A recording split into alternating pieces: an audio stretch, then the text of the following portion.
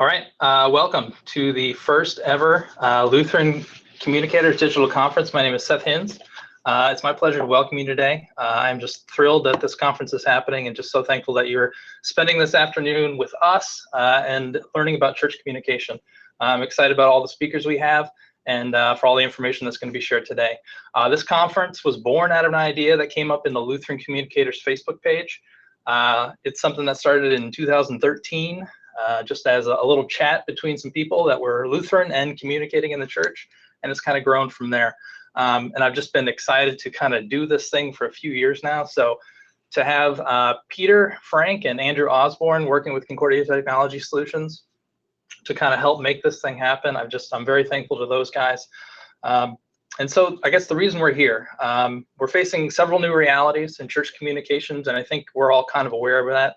You know, the speed at which we're communicating is increasing.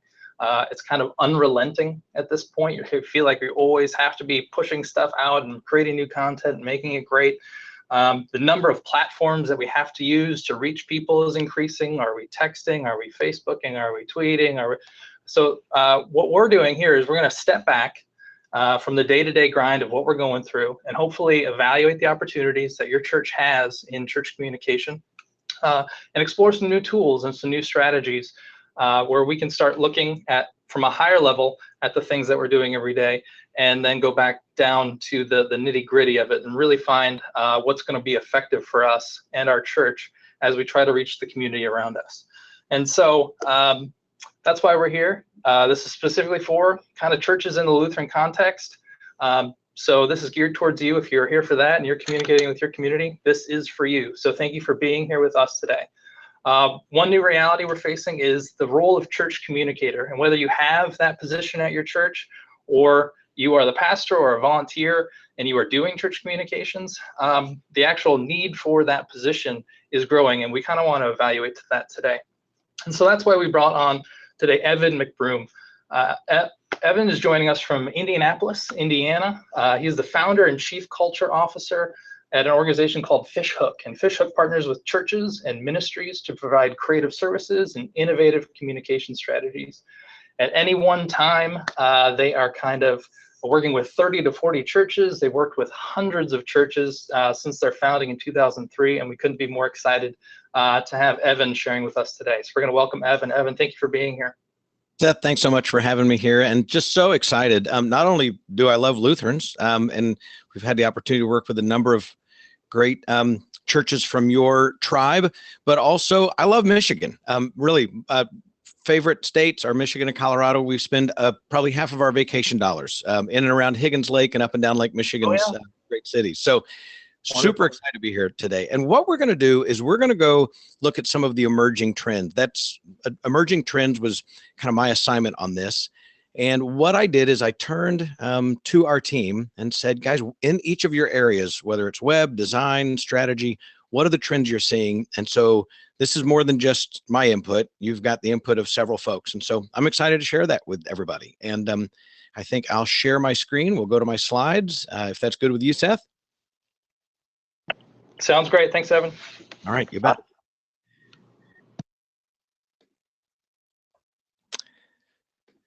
So one of the things that I said as we were planning this is, you know, sometimes it's hard to think about, can I pay attention to the emerging trends when I'm also still feeling kind of so far behind the times? And I know that for a lot of church communicators, that's where they feel. They feel like, yeah, there's stuff going on up at the front, but they're somewhere back farther and they're working through, you know, trying to catch up. And so what we want to do is talk about emerging trends so maybe people can kind of leapfrog ahead. I kind of think of it like in a lot of third world countries, they skipped landline phones. They went straight to mobile. So maybe that's something that we can kind of do here today. As we look at some trends. Let me go back. There we go. So I would say the first trend is that we are looking at more and more churches saying strong communications has to be a bigger priority. More and more church leaders are kind of declaring it unacceptable to be behind the times. And I mean, I would say that this conference here today is a great reflection of that. The thought of a few years ago being able to have so many churches dialing in to an online conference, I'm not sure if it would have happened, 10 years ago, 5 years ago, but look at today, many churches are saying we just can't anymore be behind the times. And we have to make current practices a must. And I think what we're seeing is smaller and smaller churches arriving at that conclusion. Another thing is, in terms of making strong communications a bigger priority, is that communications traditionally has been seen as an administrative function. And we're seeing more and more churches saying communications now has to be a key aspect of discipleship making, because when we communicate with strong strategies and we have discipline and restraint about how we're communicating, we can actually lead people to take spiritual next steps. And so I think we've seen kind of three eras of communications. The first era, and your church may be in one of these right now. The first era was every man for himself. Every man, every woman, every ministry, do your best, just kind of duke it out and get your information out, get your stuff in the bulletin, but you have free access to reach everyone. I think then the pendulum swung to kind of a command and control. The idea that a communication director would rule over everything and nothing would go to anyone unless it went through that person. And I would say now what we're seeing is this is a team sport. Strong communications is a team sport where there's a strong leader, and that leader is harnessing and using the main communication tools, and then helping each ministry figure out how do they release their message through various smaller communication channels. So thinking about that strong leader, the next trend that I would say is that smaller and smaller churches are investing in staff of some kind, in a leader. And so small churches are investing in training for current staff. They're adding part-time communications leader or seeking skilled and experienced volunteers. And so where this maybe has traditionally fallen on an administrative assistant or a receptionist, which has been awesome, now we're saying, you know what, we need to empower and train those people with new skills and new experience. Again, today's conference is a great example of that. Or we need to bring in additional people to support our communication efforts. I think we're seeing mid-sized churches that have had a director of communications making a huge shift that we believe is critical. And that shift is from doer to planner strategist, where a few years ago, the director of communications primary role might be they're a great graphic artist or a great writer. What we're seeing is they'll figure out how to get that stuff done. But their primary role should be planner strategist. And for those who are serving currently in that role and are more of a doer, we would encourage you to talk with your leaders about, how do I shape this job? How do we shape this job so I have more time to plan and more time to think about strategy? I think what we're seeing in mega churches is the role of director of communications is now evolving into pastor of communications, that this is a pastoral level role, and that person is primarily a shepherd and a strategist, a shepherd to a team and a strategist and leader at the executive level. And also those pastor of communications, or even in some areas, director of communications, they're starting to hire specialists. And those specialists focus on roles including social media, video, graphic design, web development. And we're seeing in very large churches, those paid positions increasing, and in mid-sized churches, those are being done by volunteers. And then this is a shift that we've been calling for a long time, and we're seeing it more and more often in place. And that is that the communication leader, whether it's an administrative assistant, whether it's the director of communications or a pastor of communications, this person sits at the highest leadership table. I once heard a communication director say, in my role, I kind of have to play investigative reporter. I'm not included in the pastor's staff meeting. So after the meeting, I have to ask, like, hey, what happened? And what do we need to communicate? And no one is really in that meeting thinking about communications. And so we believe that even if it's just a listening role, that the communication leader should be at that highest level. All right, let's go to the next one. I would say the next trend that we're seeing is less church-wide messaging. And so going down to this last bullet, what we've seen a lot of times is the communication strategy sounds something like this. Get your information to the church office by Thursday at noon and it'll get in the bulletin. And I would just say that's not a strategy. That is a practice and a tactic, but it's what that does is that just creates just too much of a volume of lots of small events being promoted in a huge channel. I think of the bulletin as a channel to everyone. And so what we're seeing is churches really focusing on less sharing with the big audience. They're putting in restraint on what are we going to put in our main communication vehicles. And they're showing restraint so that the main messages get the most attention. And then they're working with each ministry to come up with a greater use of smaller channels. And so I think about Facebook, other social media, smaller little postcard campaigns, little do-it-yourself communication campaigns for individual ministries. So if you hear the phrase that sounds something like, get your information to the church office on Thursday by noon, and we'll get it in the bulletin, it's time to have some really hard conversations about what are your communication priorities. All right.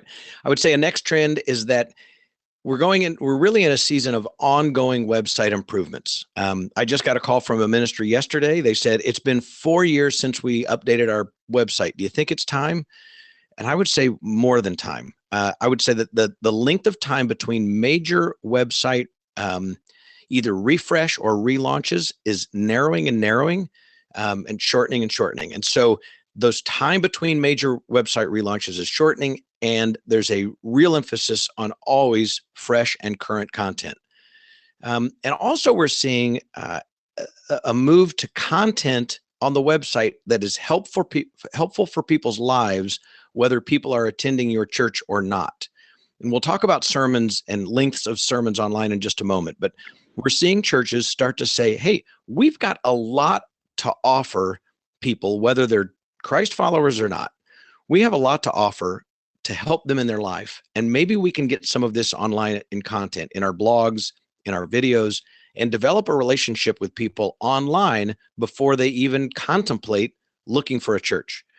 The next thing I would say we're seeing is more churches focusing on watching their analytics and adjusting their website for increased engagement. And I'm pretty sure someone's going to talk about that later on in the day, that there's the opportunity to, instead of just launch your website and leave it alone for 3 years, you make little adjustments every month or two, and you watch those analytics and you figure out what can we do to increase engagement. And as you experiment with things, you see what works. Of course, live streaming of worship services, I would say what the trend is smaller churches are getting into that. So that's been a trend for larger churches for some time. And then I would say the last, in terms of website, is that online giving and online registration is absolutely a must. That we're seeing more and more churches that when they step forward and get a strong online giving platform, giving goes up. And when they have online registration, more people sign up for events.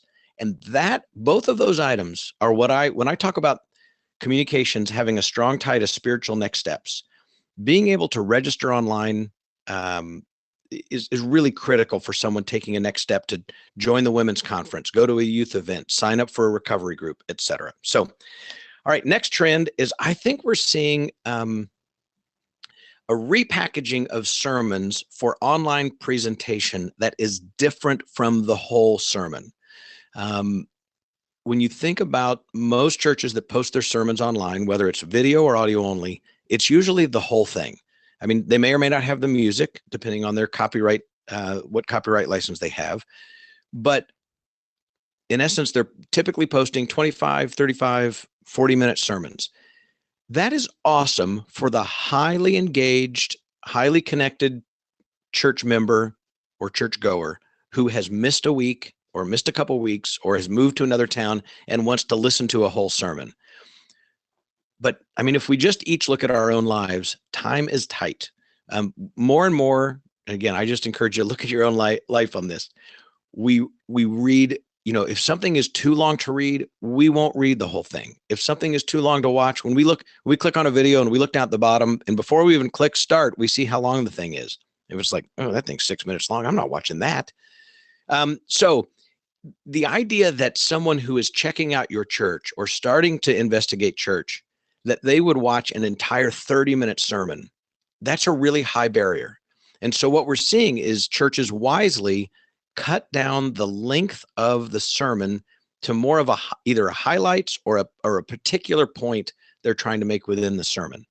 And that someone could watch a 3 or a 5 or a 7-minute segment and really glean something that will help them in their life, and will give them a sense of the preaching at your church, and that this shorter sermon is really kind of more bite-sized consumption, and that would increase engagement. And this would also support what would be called a content strategy to engage audiences with the part, not the whole. So again, this is the idea that we're going to put helpful content online that helps people with their lives, whether they're attending your church or not.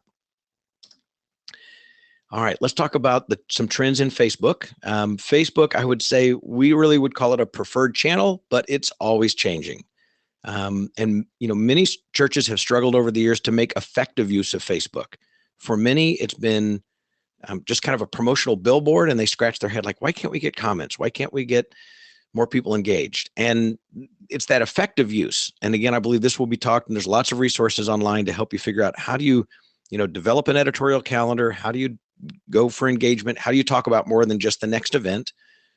More and more churches, I would say, are figuring it out. They're experimenting. They're trying things. They're bringing in people who are just, they have maybe as a volunteer, this volunteer has a great ongoing Facebook presence personally, and they're allowing that volunteer to come in and lead the Facebook or other social media efforts. I would say the other thing about Facebook is this is a trend. When you think you have it figured out, it changes. And so I'm all the time asking a couple people on our team who keep up to this on more than I do to say, hey, is this something we need to start doing? Is this something we need to start doing? And I would say that you need to look for that person in your own life.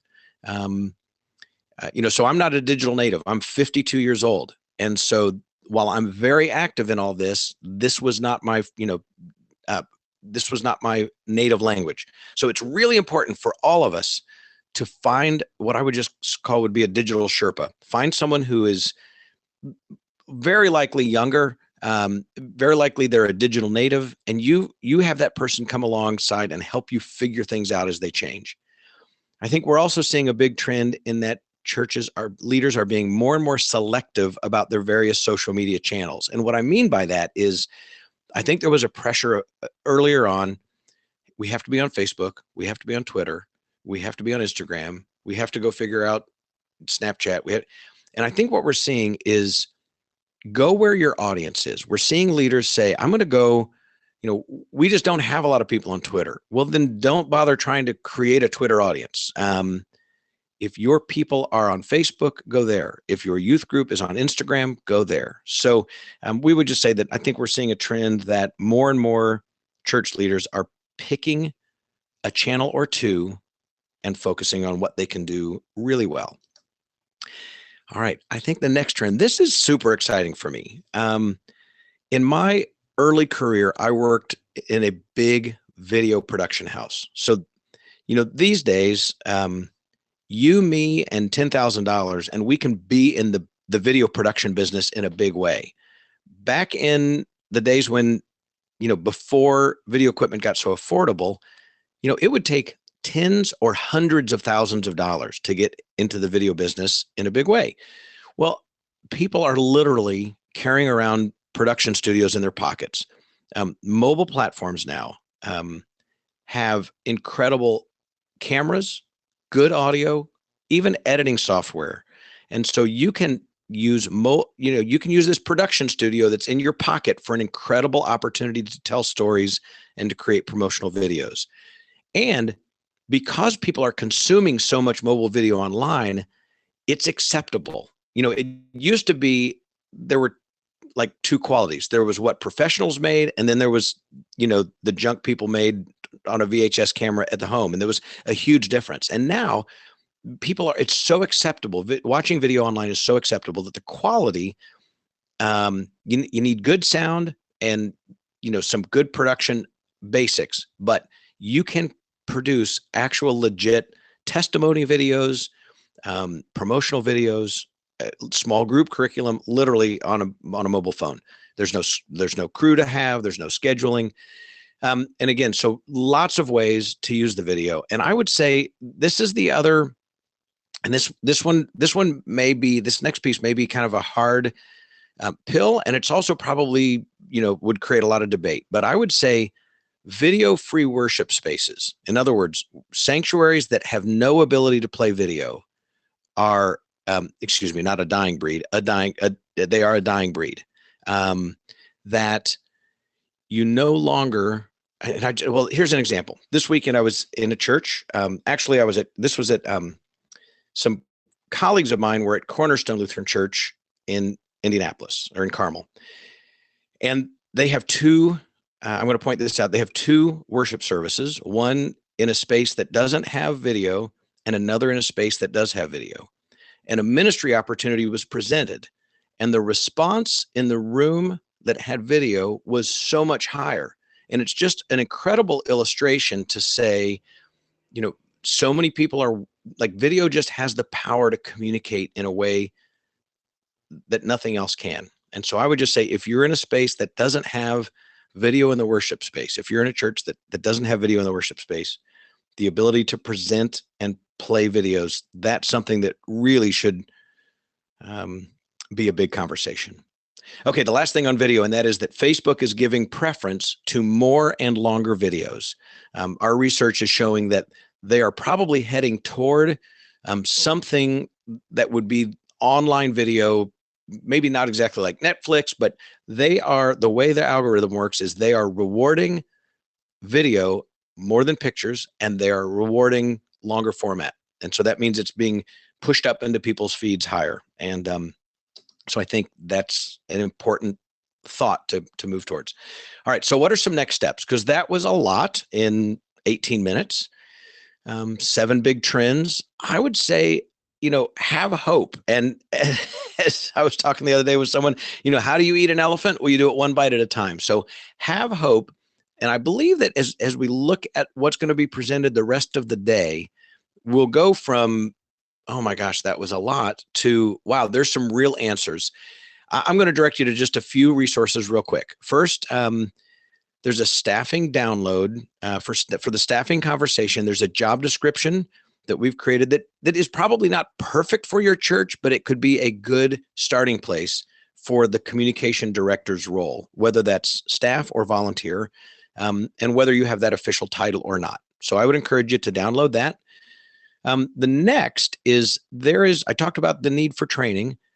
We have a program called TeamSpeak that right now, this is 6 training modules around communications. And right now we have it made available to churches of under 350 in weekly worship attendance or less. There's a grant process that churches can apply for to get that program for free. And so there's a limited amount of that, but I would encourage you to check that out. Next would be some recommended reading. Kim Meyer is a well-known author in the topic of church communication, and her book, Less Chaos, Less Noise, is really must read.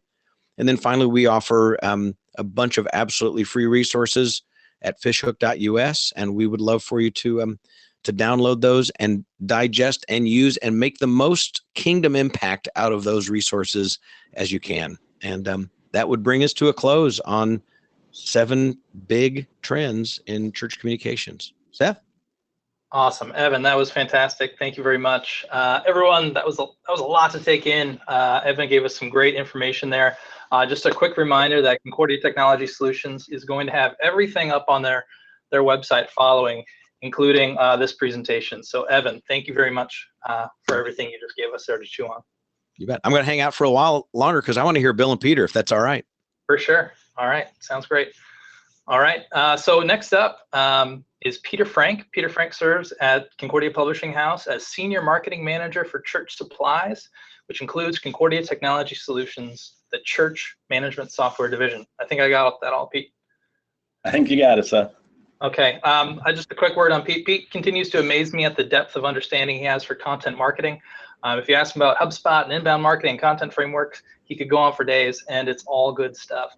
I'm always encouraged when I talk to Peter, and I hope you feel the same way with this presentation. So thanks for leading us in this content frameworks discussion, Peter. You're very welcome, Seth. Thanks for leading us as MC today. It's great to get this conference off the ground and running. We've been talking about it for, it seems like, years now, and I'm just really excited that it all came together, and we've got such a large audience. We had over 500 people sign up, so thank you all for being here. I'm going to go ahead and transition over to my slides now. So we'll get that set up, and we'll wait just a second. Doing a live conference has been fun to learn all the ins and outs of that. I recommend doing something like this on your own because you can learn a lot. It makes the speaking piece the easy part. It's always getting all the buttons and going, right?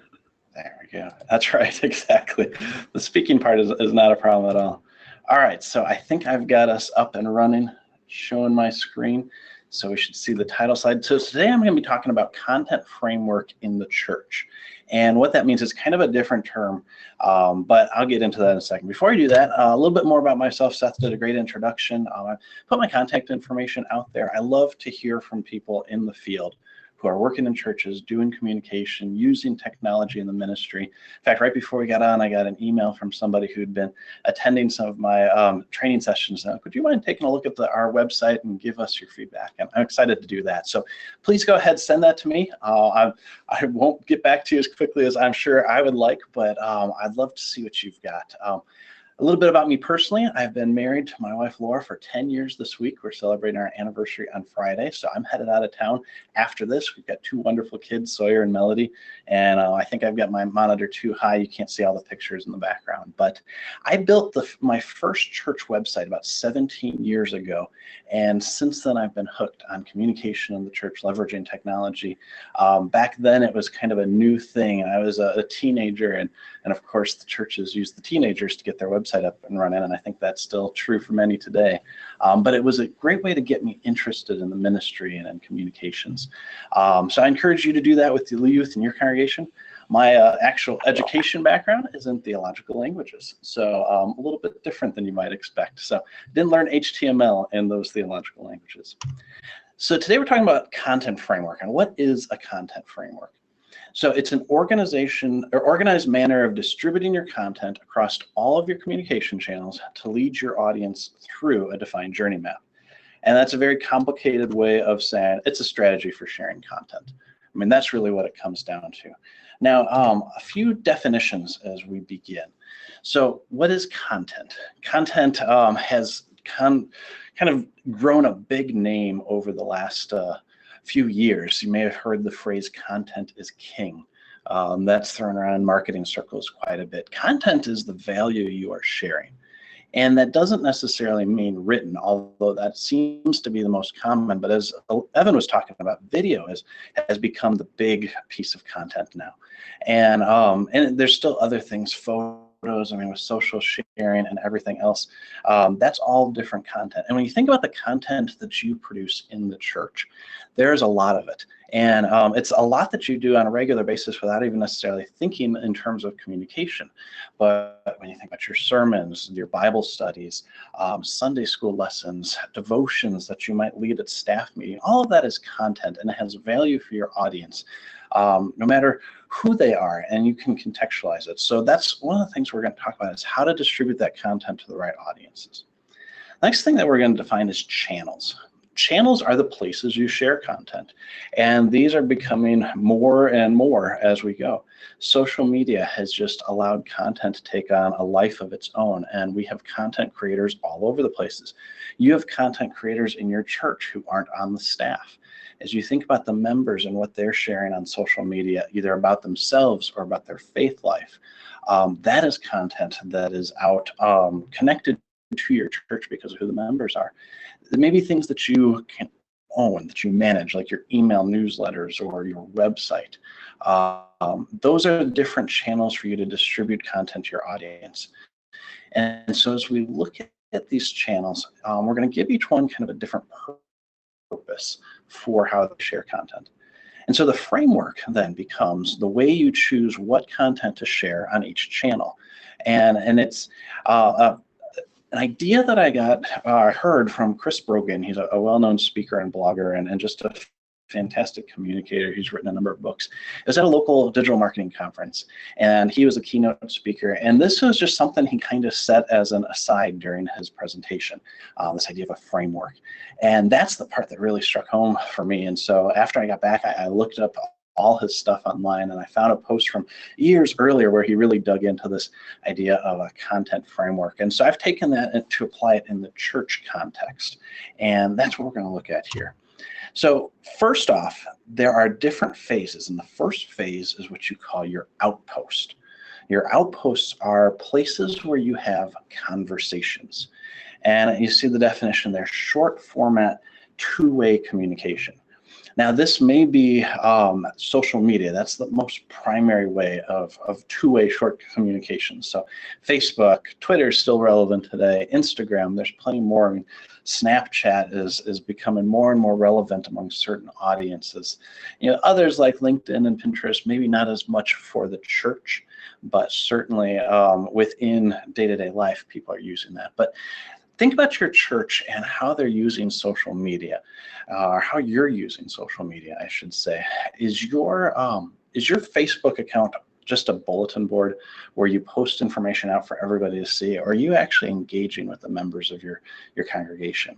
And that's the value of outposts, is that this is where people are spending their time. This is where you can talk with them and learn from them and hear what they're looking for, what they need, and in a really dynamic way. Now, the other ones on there are search and paid advertising. Now, these seem a little funny as two-way communication, but essentially that's what it is. It's the user, the person searching for something, and you as the church providing something back. And so if you're going into Google and they're searching for churches in my area and your website comes up, you're having a conversation there that is maybe not active. You don't know that's going on, but you're setting that up there. And we'll talk about websites more today too. But these outposts are where you can have these conversations, and that should be the primary purpose of outposts, is that it's just two-way dialogue. Now that's different from the next tier, which is your media empire, as Chris Brogan defines it. And it sounds so big and consuming, but it's really quite practical. This is your correspondence. That's the goal of the media empire. This is longer format and one-way communication. So when you think about what has traditionally been done in the church with weekly bulletins or maybe monthly or quarterly newsletters, you know, that was your media empire. That's where you would put everything in. That's what you would push out to your congregation. And that has changed now to be things like YouTube, where you're putting your video content, or Vimeo could be on there as well, your blog, or any other syndicated content where it's continuously updated with the latest and the greatest. And email still has a very relevant place in communications today. And it's shifting. Evan mentioned this too. There's so many things, there's tie-in here, how it's less about mass pushing of information and much more targeted. And that's what these channels allow you to do. And this allows you to create kind of a hub for all of your great information, your great content that's being shared. And so as you think about things that are helpful resources, sermons that could be turned into blog posts that can go deeper into the message of this week, that's where you can share this. And it's within your own control, within your environment, where that's the primary purpose of that site. And then you can use your social media to bring people there, your outpost, to direct people to your media channel and consume this content. Now, the third phase in here is the home base. And this is the final destination. This is where you control the entire environment. When you think about things like Facebook, if someone once said that when you're marketing in Facebook, you're competing against family and funny cats. And that's really what it comes down to when you're on social media, is that there is a lot of content from other sources competing with your own. And while that's where the attention is, you are vying for that attention. And even in your media empire, like within the inbox, when you're sending your email, or within YouTube, there is other things there that are distracting people. While yours may be the primary purpose, the primary thing they're reading, there's still other distractions that are going on. Now, your church website becomes your home base where you own everything in that context, where you create an environment for people to engage with your church and not be distracted by everything else. And the goal for there is conversion. And it's not conversion in the altar call kind of thing where we're converting them to Christ. We know that the Holy Spirit does that work. That's not what we're there for. But conversions in terms of the goals of your congregation, conversions into getting them to take that next step, whatever that may be. And so maybe the conversion is to sign up for VBS. Now, a lot of churches have VBS going on this week. If you have your registration form on your website, everything can lead to that. And so that's what we're looking at is directing people from one of these stages to the next. So you start with your outposts where people are focusing their attention, and you give them an opportunity to read more of your content, to learn more of your content, to watch it. And that drives them to your media empire, where you can have that long format, that strong content there, and that can drive them into the home base where you have those conversions. So I think we've got some additional conversation going on here. Okay, I think we should be good now. So, all right, sorry to get distracted. I have voices in my ears. All right, so we talk about how you go from outpost to media empire to home base. You're always drawing your audience closer and closer to you. Now, the benefit of this, why is this so important? Well, the benefit is that it emphasizes movement on this journey map. And journey maps are something we could get into in a lot more detail. But essentially, it's moving your audience from a place of disconnectedness to being connected within the church and with hearing the gospel. And the path along the way may be different for each church. It may be that your goal is to get people to worship, or another church's goal is to get people to the fellowship event. However that is, the framework allows movement to go from one place to the next. So the other thing that I really like about this is that it downplays the importance of any one channel. And as things are constantly changing, new channels are being introduced, new social media is becoming more and more relevant each day. 2 years ago, who would have thought that churches were talking about Snapchat? That was kind of the thing that you shouldn't be on because of its reputation. Well, now it's starting to become relevant in the churches. So if something changes, if something disappears or loses its significance, that doesn't mean that your strategy is lost.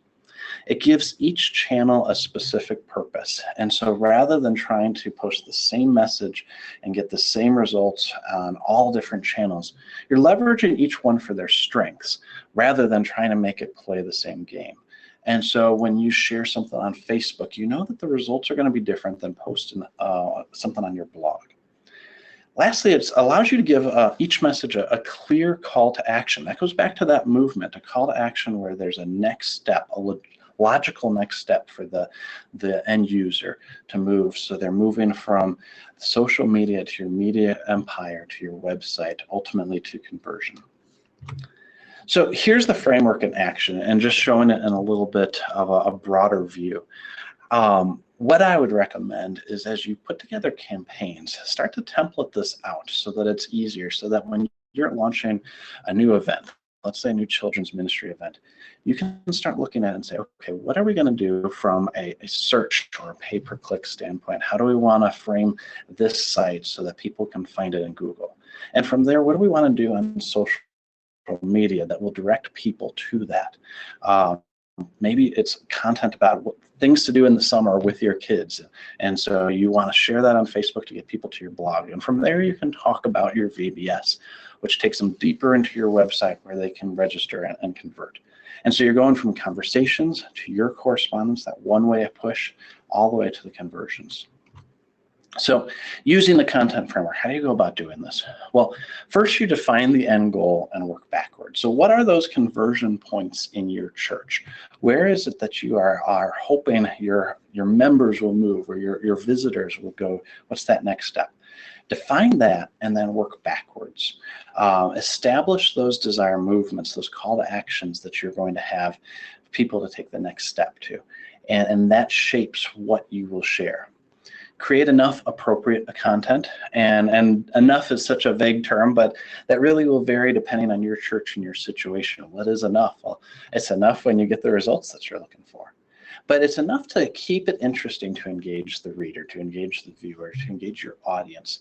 And I probably shouldn't put reader there, but just whoever that user is, whether it's video that you're sharing on a regular basis, whether it's a blog post or some form of content, it's keeping the end user engaged so that they move all the way through the end. So one key warning, don't send your audience backwards. And I see this a lot with churches, where their church website is pushing people to their social media, which is taking them farther away. And how often do we get distracted on social media? Now, you want to send people to move forward, move your audience forward from those points of more distraction, from those points of varied content, closer and closer to the home base, where you can convert them and engage them in your church. So that is the content framework for our presentation today. I'll be joining you a little bit later for the next session. There's my contact information. Again, I'd love to hear how you are implementing this framework in your church already. And maybe it wasn't a defined strategy, but I see more and more churches that are just utilizing these channels to the best of their abilities, and it's looking really good. So thank you guys very much. Seth, back to you. All right, thank you, Peter. And we are getting a lot of questions in the chat window here. I've asked the speakers to kind of hop in there and answer some questions for you right now, because we can't get to them all and stay on schedule right now. So we're going to head into the break and maybe answer a couple of questions with all three presenters here, right, as we transition to the next section. So keep typing in your questions, we'll get to them. But right now I want to bring in Bill Johnson. Bill Johnson serves as the Director of Educational Technology at Concordia Theological Seminary in Fort Wayne. And Bill's been doing a lot with redesigning the seminary website, and leaned heavily on the analytics from the website, kind of seeing all the measurements of who's coming and where they're coming from, to kind of help their rebuild of the site, to help prioritize what they needed to do in that next rebuild. So I'm excited to have Bill here to kind of present on that subject right now. So I'll hand it over to him. Thanks, Bill. All right. Hey, thanks, Seth. Thanks for having me, and thanks for taking the time to put this together. This has been a long-term vision and a lot of fun. I'm going to go ahead and share my monitor, but while that's coming up and we're getting all those pieces going, you know, we talk a lot, especially here at the seminary. People come to the communication department and they want a video, or they want a particular website piece, or those sorts of things. And what they discovered very quickly is, I'm going to have two questions for them. Who are you talking to, and what is it they need to hear from you? And if they can define their audience and they can define the message that they're trying to get out there, then we have something we can work with, and we can begin to look at content channels and a lot of those things Peter just talked about. But this is a little bit more on the backside of that. What happens after you've done that? You put your communication out there, you put your website out there. How do you know who you're actually reaching? We know who we wanted to reach, but how do we know who's actually getting there? And so this is going to be real basic, real nuts and bolts. We're not going to delve into even really a fraction of what Google Analytics can do. We could literally spend hours here, and we don't have it. So in 20 minutes or less, how do we get started with Google Analytics? First part is, you're going to go to analytics.google.com. You can see that there in the address bar at the top. And when you sign up, you can log in with a Google account. Doesn't matter, doesn't have to be a Gmail account, whatever. It's going to ask you to accept the terms of service, that kind of thing. And one of the things it's immediately going to give you is a piece of code, and I'm just going to go ahead and jump to it so you can see it real quick. This little bit of JavaScript right here that Google's going to provide for you, that you need to put on every page in your website. Now, hopefully you're on a content management system of some sort where you can just go ahead and insert that into your footer region, or it really, in a perfect world, that is going to live right below the body tag, the close tag of your body of your website, and then it'll just get replicated through your template to every page out there. If you are still manually doing that, if you've still got kind of a site you're manually updating and there's not a content management system, that can get to be pretty burdensome. So I'd really suggest you move in that direction of having some kind of management system. If all of this is completely Greek to you, I know Peter said HTML is not a theological language. I disagree, just for clarity there. But if all this is completely Greek to you, go ahead and talk with your geeks. They'll know exactly what you're talking about. This is pretty easy. You just paste that in. Once you've got that, you're going to start to get data. And I'm actually just going to jump to the real-time data. This is a fascinating display. If you come to the seminary homepage right now, and we'll see if a bunch of people jump on there and do that or not. Right now, I've got 6 people on the page. A bunch of them are in Fort Wayne. Somebody in Texas just jumped on. And so you can see in real time who's coming. You can see what pages they're looking at, what's going on there. And that's useful. It's kind of fun to look at. And if you've got an event going on, so if you're doing something like this conference, during our call day services, for example, it was a lot of fun to watch and see this map expand actually from just the US to worldwide and be able to see people around the world tuning into what we were doing. This is fun, and like I said, for events, super useful. However, for that longer term question, who is our audience? Who are we actually reaching? Who do we need to design for? Where you're going to want to live is really in this audience tab over here on the left. There, when we jump to the overview here, you can see I've got it set. We're looking at about the last 6 months of traffic on the seminary website. You can see pretty plainly that we kind of run a Monday to Friday schedule with weekends being a little down. And then you can also see we've got a peak here when our vicarage and call placement services happened, as a lot of folks came to the website to find out where their friends and family were going or who their new pastor or vicar was. And so those are peaks on us throughout the year. And if I actually made this an annual graph, you'd still see that peak every year. That's a high traffic time for us. And you start to get a sense for, okay, how many numbers are we putting up in terms of sessions? And a session here is defined as a user coming and actively being engaged in the site. If they visit one page, if they visit 20 pages, Google's still tracking that as one session. So, and then you can see, sort of number of users, how many pages have been viewed, that kind of thing. There's a lot of interesting stuff here.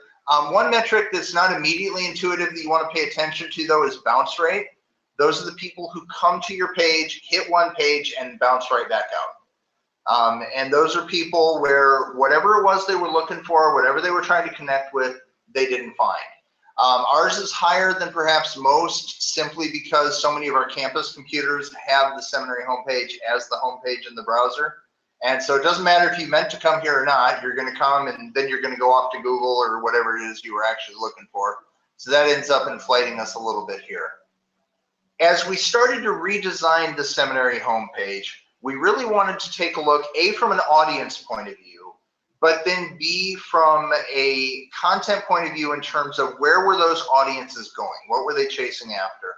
And so Google Analytics was absolutely incredible for that. We can start here in the demographic tab, and you can start to see, we haven't enabled that because it's the advertising feature, but if you're willing to do so, you've got some options there. You can see kind of what's going on, age, gender, that kind of thing. These are example pieces. We, through our Facebook groups and a few others, decided that we had enough demographics on that side of things. And way more interesting for us than were the technology pieces coming in. Right here, we get to look immediately, and one of the things we found is that we had a massive amount of people coming in when we got to operating systems. We'll look at browser in a minute, but this was really the fascinating piece for us, was how many people were coming in on iOS and Android devices. Now, the website we had before the redesign was not mobile friendly. It was entirely composed of hover menus, and every hover menu on every page linked to every other page on the site, and made it completely impossible to use. If you're on a mobile device, you could not navigate, period. And so when we look here and we see that a full quarter of our audience is coming in on a mobile platform, that's something obviously we need to fix. And so when we did the redesign, one of our immediate design goals that we're designing mobile first. We're designing so that it doesn't matter what screen size you're coming on, you'll be able to see the content, you'll be able to navigate, you'll be able to get where you want to go. As you move forward here, you can see what screen resolutions you're designing for. This was another key factor for us on the geeky side of things. because our last website was designed around the standard 1024 by 768 monitor that everybody had. Normal aspect ratio, not widescreen. And you can see here, they don't even register anymore.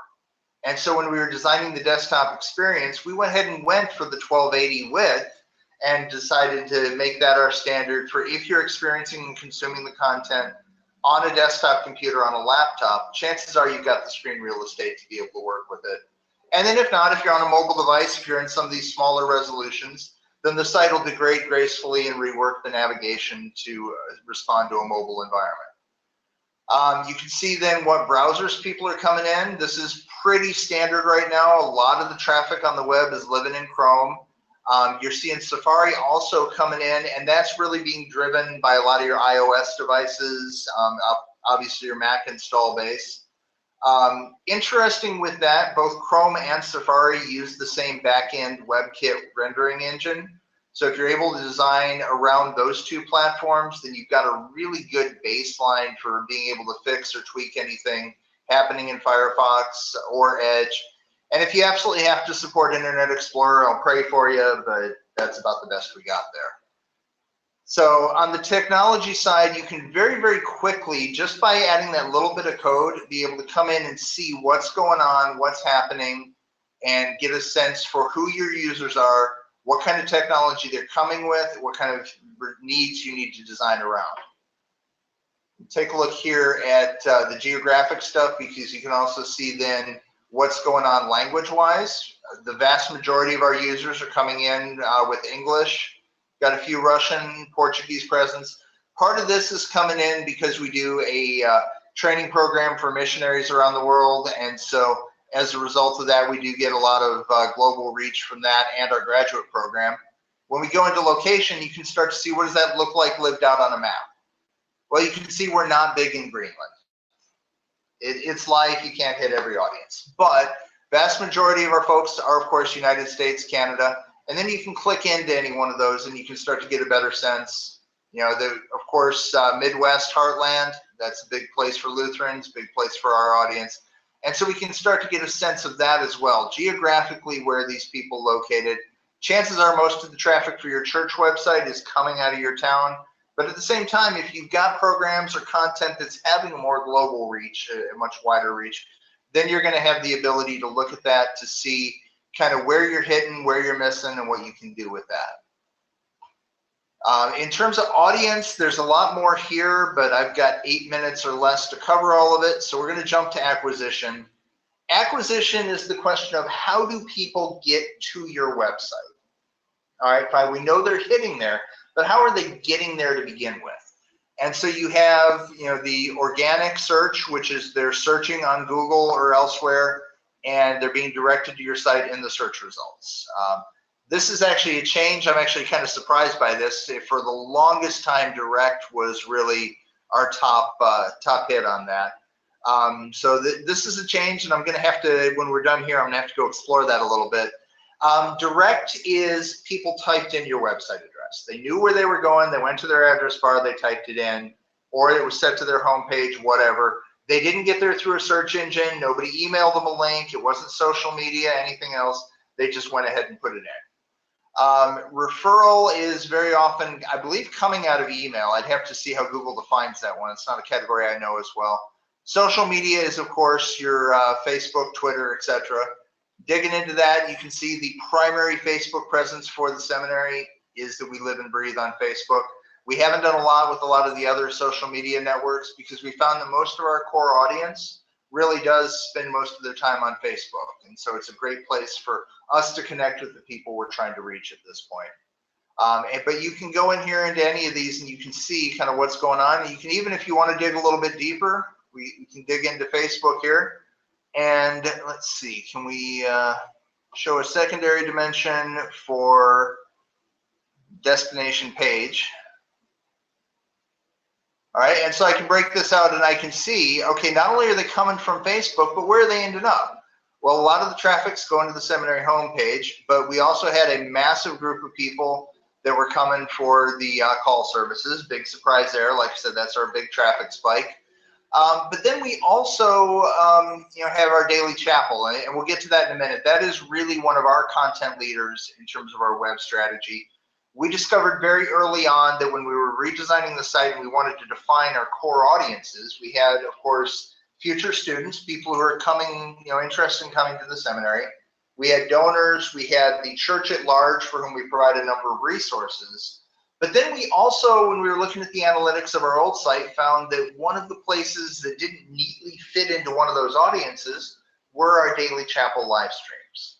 And so our analytics gave us that to be able to say, okay, that really needs to be a top level navigation piece. And in fact, I'm just going to show off a little bit here because I can, and our server will of course be slow right now.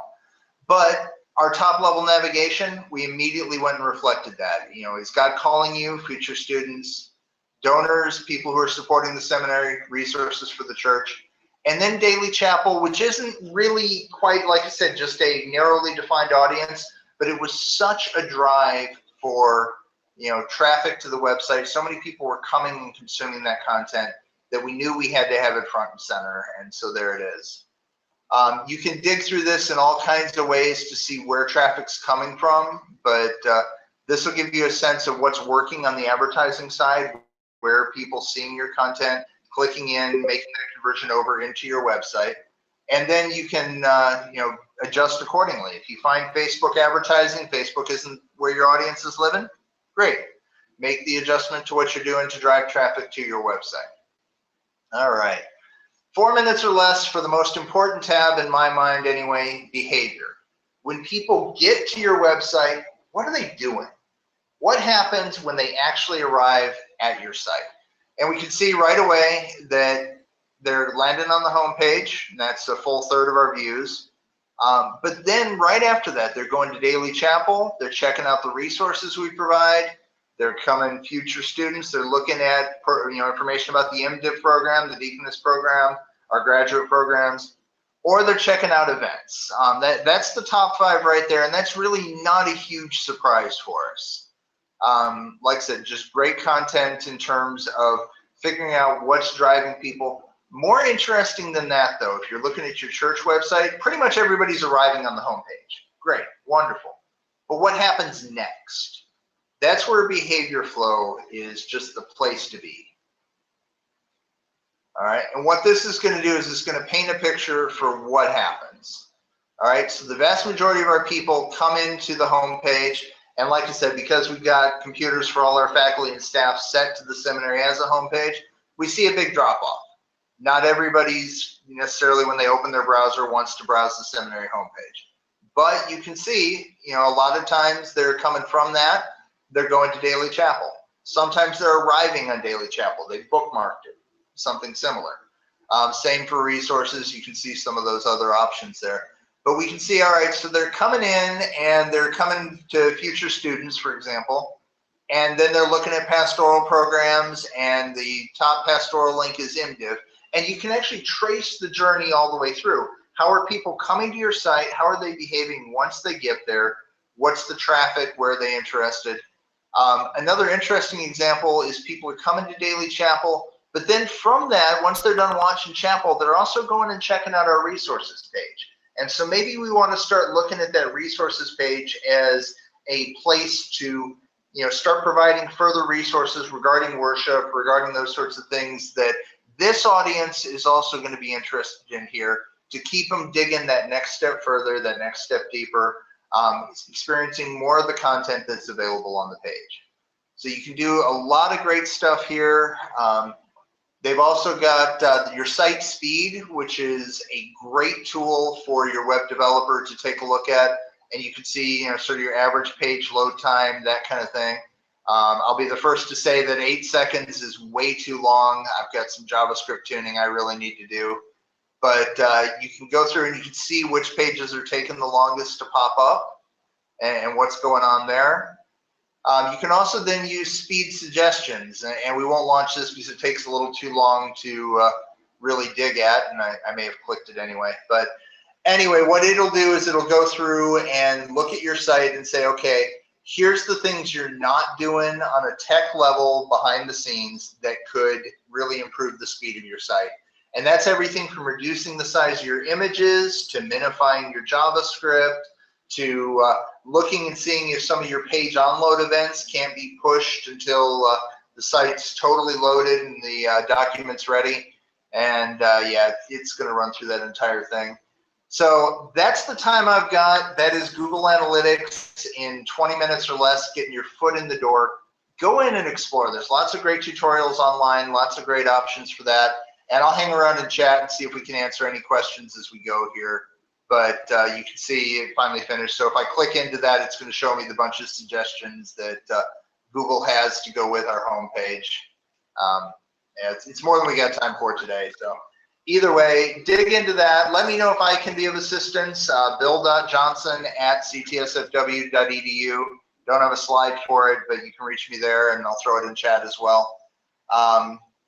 Seth, anything else we need to cover there?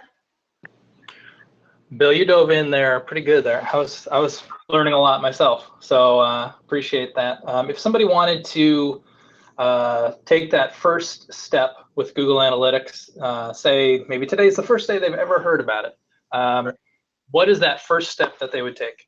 First thing you're going to do is you're going to go to analytics.google.com and you're going to sign up for an account, and they will give you that little bit of JavaScript code we showed at the beginning. Get that into your template and either into your footer or your content management system, and it'll start tracking right away. As soon as you've got that, you're good to go going forward. Okay. So, and I've heard in the chat here, CMS systems or content management systems like Church 360 Unite, Yep. WordPress sites, oftentimes they'll have a little section where you can put that code right in. Yeah, so you don't have to do any hard coding there necessarily. Yep. Yeah, exactly. You're looking for, often it'll say, header or footer stuff. I know that's the vocabulary WordPress uses. Peter may be able to talk about Church 360 a little bit on that one. Yeah, Church 360 just provides a field where you put in that UA code, the Universal Analytics code, and all you put that in is you just paste it in, save it, and it'll turn it on and start tracking from that point on. And Google Analytics is far better than any analytics tool that we could build, and it's free. So that's why we leverage that. Yeah. And if you're looking for that UA code, it's right here in the middle of your JavaScript. You can see it just below the space here. You get your UA code and you're good to go. Or it's right there at the top of the page, because that'd be way easier to see, wouldn't it? Yep. Awesome. And I think an important note for anybody watching is that you can't go backwards. Like until you install that code, you're not going to be tracking anything on your site. So it's important to kind of get that handled maybe today, tomorrow, this week, maybe next week. So Google can start collecting all that information for you. You may not use the metrics yet, but at least Google will be turned on and everything will be start to measure. So I think that's an important note as well. Thank you, Bill. That's great.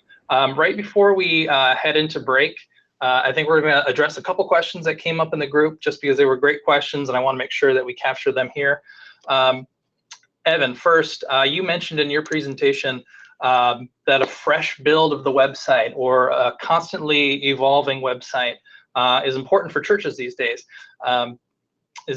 Why is that so? What do you mean when you say a brand new website every so often? Could you expound upon that? You bet. Great. And it was a great question. And I flew over, here's what you should do, and didn't describe the why. So I would just ask everybody right now, envision the top 2 or 3 websites that you tend to visit. And just think about what are some of the attributes of that. What usually comes to mind is people are like, well, it's either someplace I want to go shop, meaning I'm going to look for new things, or it's a thought leader, it's another pastor, it's somebody where I want to go, or a news site where I want to go read and get new information. Very few of us would ever say, oh, my favorite site is one that never gets updated. And so if you're looking to increase online engagement, whether it's the people who already go to your church or the people who might be looking for a church, you want to be able to provide a new reason for them to come back. And so providing that fresh content gives your site a chance to get in someone's top list of sites to go to. And ideally, for your own church, it should be a hub of new information about the vision, the life, and the opportunities in your church.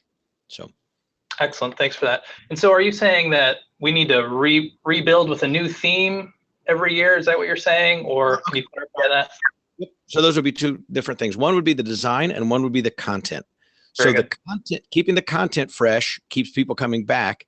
Making the design fresh, just make sure that the site doesn't look dated. You know, website trends and the looks of what we think are kind of current sites. You can still, whatever the DNA of your church, keep expressing itself in a fresh way. Great. You bet. Love it. Hopefully that addressed the question. If not, we can keep going in the YouTube chat box there. Another question kind of gets towards the content framework maybe, and a little bit towards Evan and Peter here, would be how do you distinguish what video gets played in worship, you know, faith stories and all that, and what gets put on Facebook? You know, is there kind of a hierarchy of content specifically with videos per se? Yeah, I would say that it comes down to what your goals are. If you are just wanting to engage the congregation in what's been going on in the church, playing video during the service is awesome, and testimonials and telling about mission trip experiences and all of that is really great. If you're looking to get people to take action, then I think both places are really the key. If you are looking for volunteers for that mission trip, then put that out there, do a short snippet on Facebook, direct them to the full video on your YouTube channel, and have a good strong call to action at the very end that says, sign up today on our website. And so you're leveraging that same content appropriately across each one of those channels. I would just Great. add, you know, we often think you'll cultivate what you celebrate. You'll cultivate what you celebrate. So if you have videos that you're celebrating the kind of things that Peter's describing, a mission trip, faith, people taking next steps of faith, sharing their testimony, it's awesome to share them. And I think it's a both. Share them in worship, share them online. That way people, especially if it's, you show it in worship and you say, hey, later today or already, this is going to be posted on Facebook. Go home and share this with your friends. You can kind of encourage that. Excellent. Love it. I'm just going to do one more question. I'm sorry. Andrew's in the background like, what's he going to stop? But somebody asked, I've been asking our staff to write a blog. Most were glad to, a few refused or complained that they already had too much to do. When we're talking about doing all these new forms of content, is there an effective way or some practices that you can put into place to kind of get the team on board and kind of realize what we're trying to do as a church? Anyone here could answer that. I can start. I think it really comes down to just helping them see the value in that. I think so often in the church, people put a lot of time and energy into developing what we call content in the communication realm that they are just using as tools in the ministry. And if we can show them how communication can extend the reach of that content and be a blessing to more people, then I think they start to get on board. And then the other aspect is showing them how easy it is. It's not a matter of doing a super well-crafted, professionally videographed explanation of your sermon. It's just taking your cell phone and talking about it for 30 seconds. A good friend of mine is a pastor who does 60-second devotions for his youth group and posts them on Instagram every night. And he gets a great response just by doing it. And it's again, engaging the audience. Yeah, in our environment, and in many churches, you know, you have people who love to write, and then you have people who have something to share, but they just don't like to write. You know, maybe it just either they don't have time, or that's just written communication isn't their norm. So we use and recommend a content request form. So it's a simple Google form. So whoever's in charge of the website or in charge of that blog or content, and I would be an example of someone, I don't always have time to write. So I'll get a content request form. It's got 3 or 4 questions. Tell me about this thing's coming up. Why are we doing it? What do you want people to do? I can just kind of throw up on that form. I don't have to worry about sentence structure, verb, conjugate, nothing. I can just get the information out, and then someone else takes it and they craft it into a short, tidy blog. So that's the way to get the staff involved. Find out what's their appetite, what will they give you, and then take what they'll give. I said throw up online, sorry. Awkward. Any thoughts you'd like to share, Bill, or we'll wrap up here? No, I think that really covered it. I think the biggest thing people need to understand is that they've got something to say. I mean, they do have content that's worth sharing, and a lot of times you get intimidated that I've got to achieve perfection online because you know, nobody remembers the days of GeoCities websites or something. I don't know, but you know, dive in, try it, and you'll find it's well worth it. Excellent. Loved it. Thank you, guys. I appreciate these presentations. I'm learning a whole bunch. So thank you. I think we're going to take a short break now and flip over to our next presenters, but we should be back very soon. Thank you all for hanging with us here, and we'll keep talking in the YouTube chat. If you want to catch us on Twitter, we're using Luthcom, Luthcomm, and we'll keep talking while we flip over to the next thing. Thanks.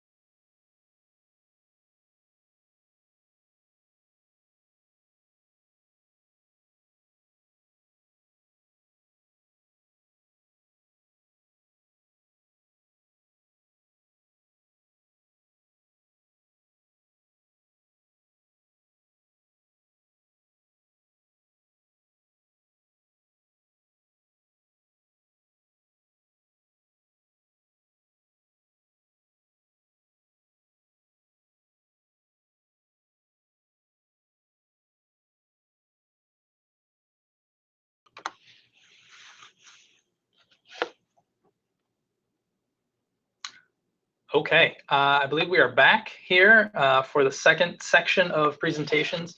I'm excited to kind of kick this off here with social media. Today we have with us Meredith Whitefield, and she serves as media director at St. John Lutheran Church in Cypress, Texas. She studied communication in college, and she's been kind of all over the country doing social media stuff for the National Youth Gathering and really getting her church going with a community hashtag and getting videos kind of going with our church, really kind of building up the engagement online. So I'm excited to have Meredith here. Thank you, Meredith, for being with us today. Thank you, Seth. I'm going to switch over to some slides to show you guys. I'm so glad you're here. We're going to be talking about hashtags and video and how that really connects your congregation, especially if you're multi-generational like St. John is. So we're getting kids, middle-aged people, and older adults. So if you guys just hold on, I'm going to give you my screen to look at some slides.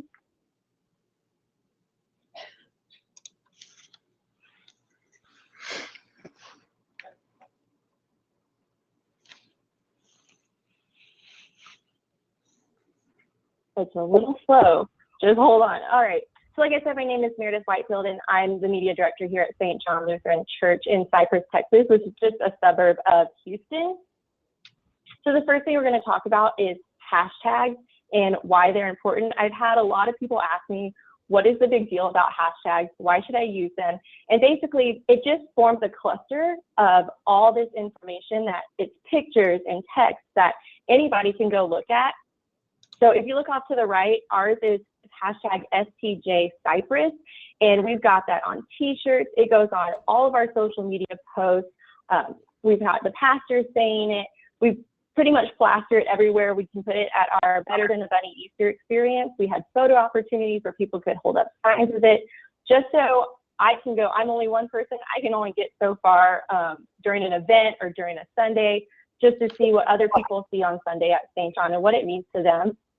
And the best thing about hashtags is they are across all social media platforms. So if you want to use it on Twitter or if you want to use it on Instagram, and you can even use it on Facebook, which is cool now, just to go look and see what everybody else is posting. And then it just kind of creates this online community. You know, I'm talking about connections with people, and this is a good way to do it. So if I've got youth group doing this, I can go see that they hashtag SCJ Cypress. I went to one of their weekend or weeknight meetings and told them, like, hey, I need you guys to do this. I can see what you're doing. So you can share it with the whole congregation who don't necessarily know that they meet every Wednesday night. So it just creates that really big online community that's open to more than just your members. And so I've seen some people start doing different hashtags for different ministries. Right now, we only use hashtag SCJ Cypress, but this summer, we are really focusing on our mission statement to make disciples who celebrate, live, and share the abundant life of Jesus. So we're going to start doing a St. John Shares and a St. John Lives, St. John Celebrates, just to highlight those different ministries. We just had a mission team go to Kenya last week, and their hashtag was hashtag Vision for Kenya. So I got to see all of their pictures, all of their videos on Facebook and Instagram just from using that hashtag.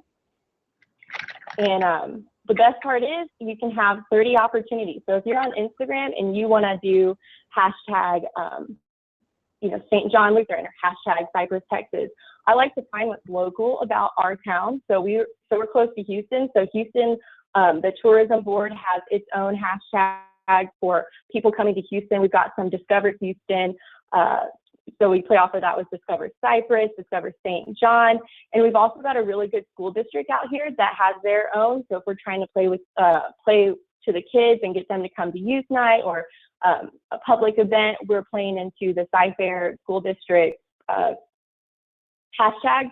So I would suggest going to your local tourism board, see what your city is doing, what is your town doing, and then playing off of that. So it's kind of like an open invitation to invite people to come to your stuff. And if they don't, you can go on the hashtag and see all the fun they have and come back to the next time. Like I said, you can use hashtags on Instagram, and Instagram has been our most popular social media in the last couple of months. I went and talked to the high schoolers and got them to be more involved. I asked them what you guys want to see on Instagram. So our audience is a lot of youth, and slowly but surely we're getting the adults on it. But it is a great way to get in contact with you, because that is what they're using right now, along with Snapchat, but we haven't gone into Snapchat yet. So we've got a different audience, but we're still getting the same message to them. It's just crafting it in a different way. So maybe I like to make it a little bit, put a little humor into the comments or the captions, and we put the kids' videos on there a little bit, or get the kids to help with that. Right now, they're working on a skit they want to do for their Wednesday night things after Rally Day. Another good thing about Instagram is that you can do Instagram stories now. So if you're not on the Snapchat bandwagon yet, which is okay, you can still kind of do the same thing that Snapchat does, which is have a story that only lasts for 24 hours. So you can do, and they have cute little stickers that you can put your own hashtag on. So you can also utilize that for your hashtag. You can also put your location. You could put little crowns on people if you really want to. Just something that's cute. It lasts for 24 hours. This past year, I did it for our midweek Lent services, just to get people to know that it was only 24 hours and it didn't stay up there. And then Instagram Live has just come out in the last couple of months, I think. So if you haven't jumped on Facebook Live, you can do Instagram Live. It's the same concept. All you do is set up your phone and press live, press go. You guys can do a chat. I've seen some people do like pastor chats, where the pastor takes over on like a Thursday afternoon and answers some questions about maybe the message or anything like that, just to get people involved.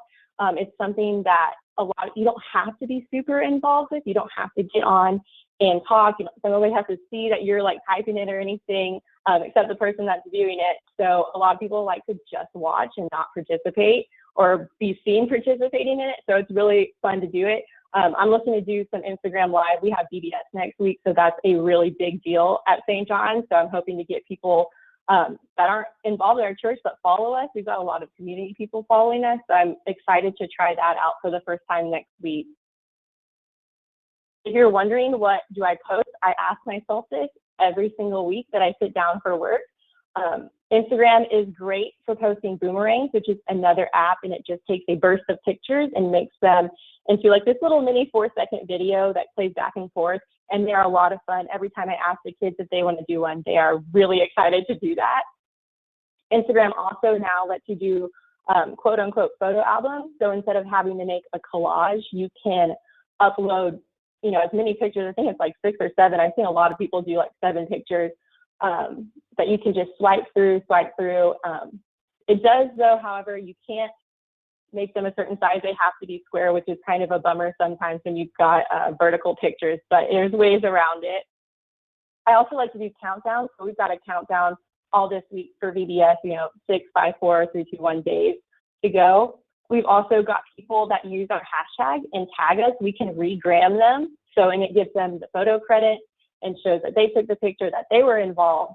And it's really exciting to see the people that are taking the pictures and using the hashtag and tagging us and stuff. It's exciting to see what they're doing, and we can't always be there. And then my favorite thing for Instagram is the less than 1 minute videos. It's kind of a challenge sometimes to get it less than a minute, but it is well worth your while if you can, and it's short and sweet and keeps people's attention. So these are a couple of examples that I've got on our Instagram. On the left here was an Instagram story that we did for Lutheran Schools Week. In the middle, I've got a regram from a youth pancake breakfast morning. We post some scripture, some stuff, little tidbits from the sermon, from the service, songs. And then of course we've got boomerangs that we are a huge fan of at St. John. So I've got a couple of videos for you guys to show what we show on our Instagram. We try to keep them about a minute. Our first one is going to be our Lent midweek video that we decided to film like 15 minutes before we actually did it. And then I've got a VBS offering goal that we decided, we got all the kids here, let's do something fun, and we threw pies in faces. So if you guys want to stick around and watch those 2 videos, they'll be playing shortly. Hallelujah! Hallelujah! Hallelujah! Hallelujah! Hallelujah!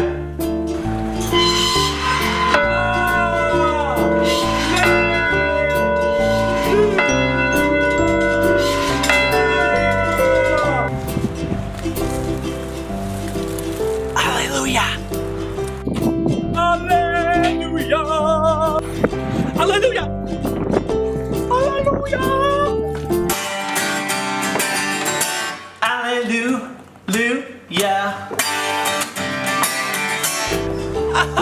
Hallelujah. Hallelujah. Hallelujah. Hallelujah. Hallelujah. Hallelujah. Hallelujah.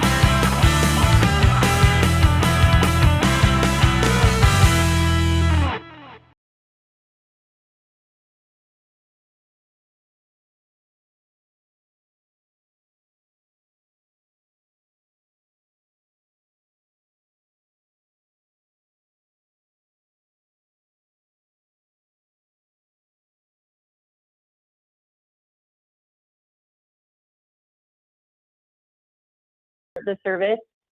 So it's really helpful for the pastors and the times that we are on a time limit with those. So we've really tried to use videos in different places in worship. So it's not always the same thing. It's not always a sermon bumper. It's not even like a Skit Guys video. Sometimes it's just me reading the gospel or somebody else reading the gospel with the text on the screen. And then we also really like to start telling people stories and do ministry highlights and again our announcements. So I've got some other examples for you guys of videos that we've done. One of the most popular ones we've done is a cardboard testimonies video, and we got a lot of people to sit down and tell. They didn't even have to tell it. They just had to sit in front of the camera with a piece of cardboard that had something written on them. It's kind of a long video, so you probably won't get to see the whole thing, but if you want to check it out, you can send me an email. You can check it out on St. John's YouTube or St. John's Facebook page. It's still there. We've also got another spin on some videos we've shown. I've got a Mother's Day video that we got the kids to film, and we really just filmed it on an iPad. It was for our satellite church. So somebody volunteered, and I edited it together and put some music with it, and it turned out really awesome. And then we like to have a little bit of fun at St. John's. So we've got a Holy Hilarity video to make people laugh. So if you guys want to stick around and watch these videos, they'll be playing shortly.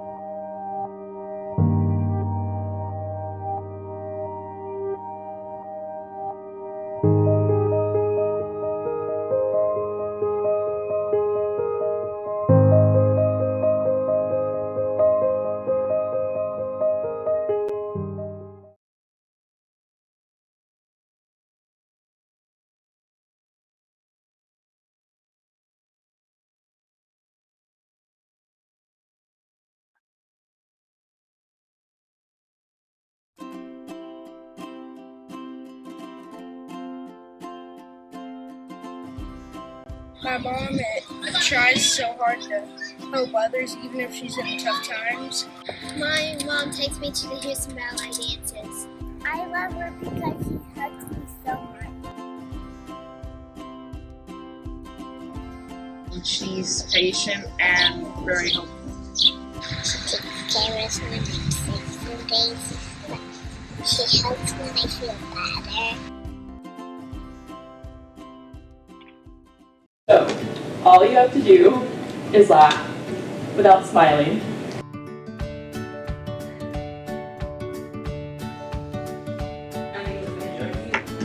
I'm already laughing. Here we go.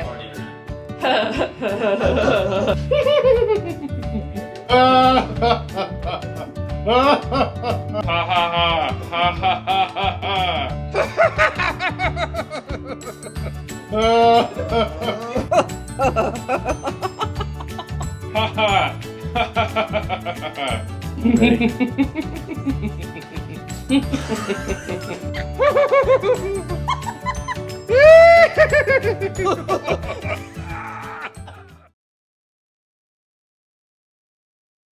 All right, you guys. So all the videos on social media, sometimes they don't make it into worship. So sometimes they only land online on Facebook, Instagram, and Twitter.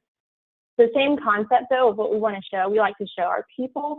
We like to tell their stories, call to action, and especially have a little bit of humor. So these are videos that have only lived online for St. John. If you guys can take a look, we've got some Christmas in the arts that we've done, Donuts with Dad at our Early Childhood Center, and then a diaper drive that we just completed earlier this year.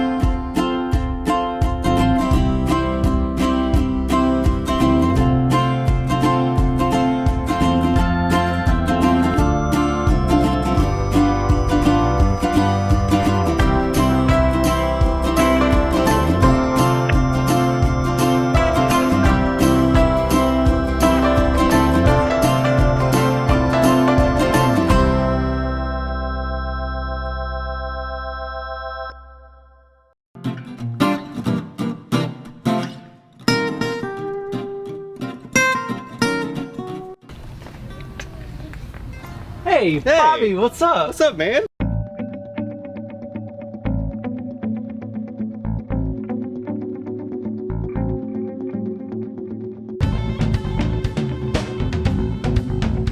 Hey, good to see you. What's she doing here? It's buying some diapers. Oh, for Delilah? No. Yeah, sure. We'll go with that. Have you heard about that thing with Teen Life Center? Yeah, my wife is obsessed with it. Yeah. Well, we're gathering like tons and tons of diapers for to support those teen moms. You know, I'm not a teen mom, but I'll buy some diapers. All right. Yeah. Sweet. How many do you want? You want all of these? Okay. Only sizes 4, 5, and 6. Let's see if we can find some.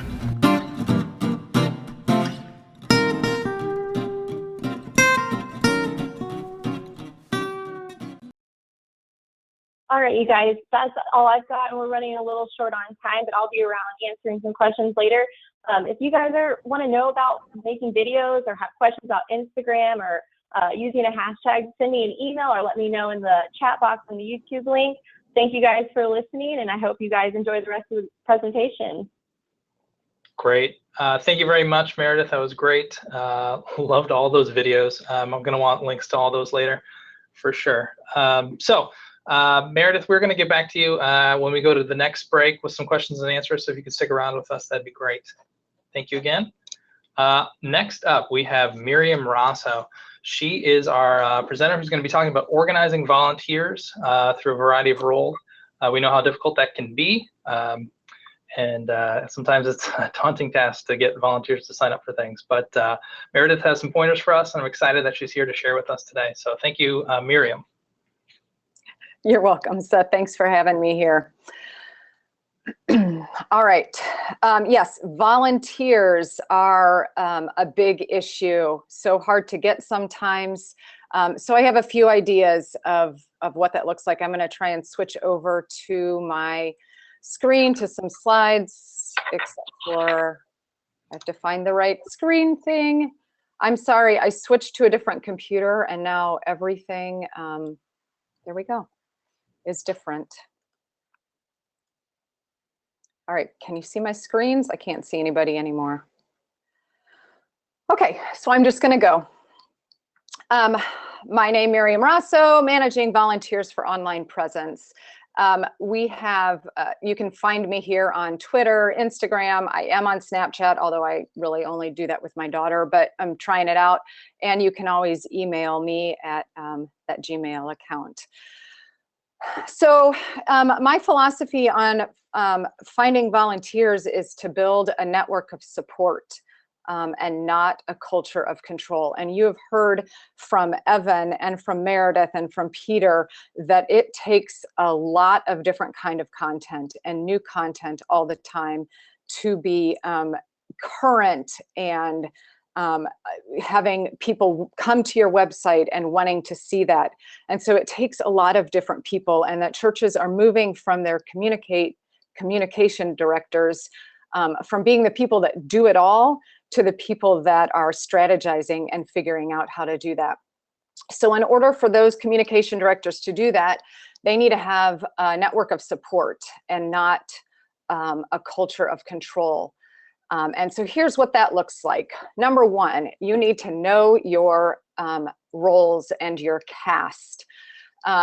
Just like in theater, there are backstage people, there are lighting, there's sound, there's your scene shop workers who only worked on the set, there's your casting directors, there's the stage manager, there's the props managers, and all of these roles work together in order to bring about a production.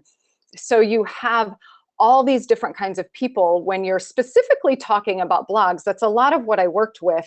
But you also do this with your social media. So you're going to have copy editors and content editors. You're going to have people looking at your theological content. You're going to have people recruiting a timeline, somebody that's looking at the timeline, your publicity, and your writers. And these roles can shift. In some plays, I was on stage. I was a lead. And in other plays, I was backstage and I did sound. And so those roles shift and change. And they do that depending on the person's life and where they're at in life and what they can handle right then. So that makes a big difference. And sometimes you're going to get people that just want that one-time appearance. They're going to want to only be in at one time and just share this one story that they had. Later on in my resources, one of the blogs as a resource that I have for you is a blog that was our top 10 blogs of the year. And in that, we cite that we had 121 different contributors to our blog that year to get all of our content out. So as we were looking for content, some of those people only wrote one thing. And a big part of that is I asked them specifically to write that. I was out listening. I was recruiting from everywhere. So I was listening to the stories that people were telling, and I was actively seeking that content. Often a blog, but you can be seeking it for videos. You can be seeking for your Facebook and Instagram, who you see doing that. And then you want to use that yes to build a relationship. You want to be able to continue to have conversation with them. You want to continue to support them. I was constantly in contact with my staff writers, those people who were my main leads. I was in contact with them regularly by email. And then I also sat down with them on a, maybe twice a year, face to face, and we just sat and shared. How's it going? What else can I do to support you in this role of writing? And is there something that needs to change? Do you need to back off a little bit? Can you bump up what you're doing for me a little bit? So there are lots of people involved, lots of different roles to fill, and different cast members. And in Romans 12, it talks about the church, us being one body in Christ, but having many members. So we have all these different gifts and abilities, and we want to use them. I want to find a way to support you in the gift that you've been given and not push you into something that you're uncomfortable with. But I may see a gift that you have and want to encourage you in that, and then help you find out how to be comfortable in that. So once you know your roles and your cast, you want to help your volunteers say yes. And so number one, I've heard all of our previous presenters talk about all the different kinds of content that you can have, and having it be new and producing a lot of content. Well, in order to do that, you want to be using the people that are already using that content. So Meredith said the youth are on Instagram, so let them go crazy with Instagram, sharing stuff. If they have and somebody else said, find somebody who's active in their Facebook page and then bring them in to help you make your Facebook page active. So you want to be looking for people that are using that content that you're trying to staff. And then I also was actively seeking referrals. So I was always asking somebody, do you know anybody that likes to write? Do you know anybody that really enjoys Instagram or pictures? Do you know somebody who's great on Pinterest and with crafts? Could they help us promote that stuff? And then as I was seeking those referrals, I would ask them questions about, I would give them, here's what I want you to do. Here's what I'm asking you to do. I'm asking you to write a blog to respond to worship once a month. Just the first Sunday of the month, here's what I want you to do. And as I would continue to talk to them, if they said no, then I would modify my ask as I continue to find out what they were searching for and looking for and able to do. So what was happening in their life at that time. And so if they couldn't do once a month, maybe they could do the 5th Sunday of the month for me, because there's not as many of those. Or maybe as I'm talking to them, they're sharing a story from their life. They had a conversation with their coworker, and they were able to see how Jesus was working in their life there. And so I'll ask them, could you just write that story up for me? I would love to be able to share that with our community and the greater community. And then if they still were not able to do it, I used a no to get a referral also. Do you know anybody else that's willing to do that? Or maybe go talk to the other person in this situation and see if they are willing to do that. I actually had a pin given to me that said, keep calm and write a blog about it. And the joke was always that I would say, you should write a blog about that. Everybody knew if they were talking to me, I was probably going to ask them to write a blog about it or share it in some way, shape, or form so that we could get it out there. So I was constantly asking for new content from new people. All right, the biggest thing that we want to be careful of is to avoid bottlenecks. So you've got this great superhighway, and you heard Peter talk about how you have different ways that people are getting your content through social media, or if you're looking at your analytics, then are they coming in? Are they typing in your website directly? Most of ours were coming from Facebook, but I want everything to lead back to our website and then back out of our website. But in order to do that, you've also heard that you want to have content that is changing always. The websites that you go to are the websites that are new and have fresh content. I've also heard our speakers talk about how we want our content to be not just for our church community, people already connected to us, but people connected outside of the church. And in order to do that, you have to be producing more content than you are able to sift through on your own. And so you want to look, where does your superhighway turn into a one-road country lane? Where are the stops that are causing you to not be able to get the content out there? So when if you go back to your cast of members, you have all these different people that can be helping out. So I had people that were great at editing. So I had 2 editors, plus the communications director who was above my position, which was content web team leader. And then you had I had myself reading for theological content and just does it read smoothly. And then we also I was able to, if something seemed not quite right, I was able to flag it and send it on to the pastors and say, could you check this? How does this read? Does this fit with our theology? But my writers, especially those who were my on stage all the time writers, especially my regular writers, they were able to post their own blogs.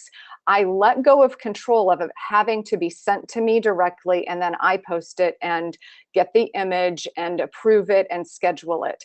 I allowed them to do that. And then they knew that I was going to be reading it, that it was going to be read by at least 2 other people. And we could always stop a schedule. We could change when it was going to be scheduled to post, or we could let it post. If something ended up posting and then we read it and there was something wrong, we went right in and edited it, and we were able to fix that right away. In the time that I did this, when we were really putting out a bunch of blog posts, I never had to take down a blog once it posted. I may have gone in and edited something, I may have tweaked the formatting on it, but I never had to go down and completely take it down because it was so wrong or so against what we were saying. Excuse me.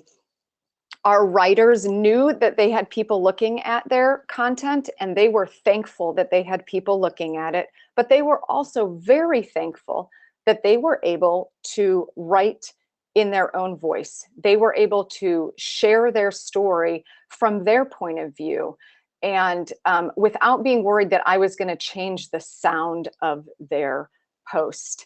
But you want enough content coming in, whether it's blogs or videos, that it can't all go through you every single time. You want to be looking at it all, but it wants to go up faster than you can handle it. So you don't want to be the horse. You don't want people to have to yield to how much you can handle in a day. So you want quality content, and that drives engagement. And I've heard it from numerous speakers that the more quality content you have, the more engagement you will get. And any quality content is good. So as you're searching for people to do something, and I've heard it asked, man, I feel overloaded, I cannot write anything. And I loved the comment, I think it was Peter who said, we just had a form that we were able to put down some stuff and then somebody else took it. So we did that also, sometimes just took what somebody said and made it into a blog or a post for them. But you want to give them the freedom that they can do it on their own, and also be looking for the content that you are already making. Your Sunday school lessons, your sermons, little sections of it, or Bible studies. Your pastors put a lot of work into those. You can take that into a format that then is content that you can put out there. And if you become the horse that everybody has to yield to, you're going to slow the traffic down. So you want to think of it as a playground. When I am teaching my kindergartners, I take them out to the playground, and we go out and we look at what are the rules for the slide? How do I want you to use this equipment? What are the rules for the monkey bars or the sliding, the poles that you slide down? Where can I play with the ball? And then I let them play. I don't say everybody is going to be on the slides for 5 minutes, and then we're going to all move over to the monkey bars for 5 minutes. That's not fun. So you want to provide them with resources and boundaries, and then let them go. Look for the people that are already doing what you're wanting to do. Look for the people that are writing, look for the people that are on Instagram, look for the people that are on Facebook, and ask them to just join you in sharing what's at your church.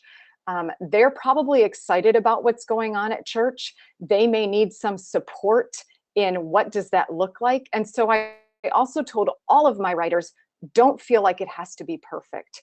Get something, especially if they were unsure about what I was asking them to do, or if it's somebody who's doing one of those cameo appearances and a one-time writing, I would ask them, could you just write that story down and send it to me?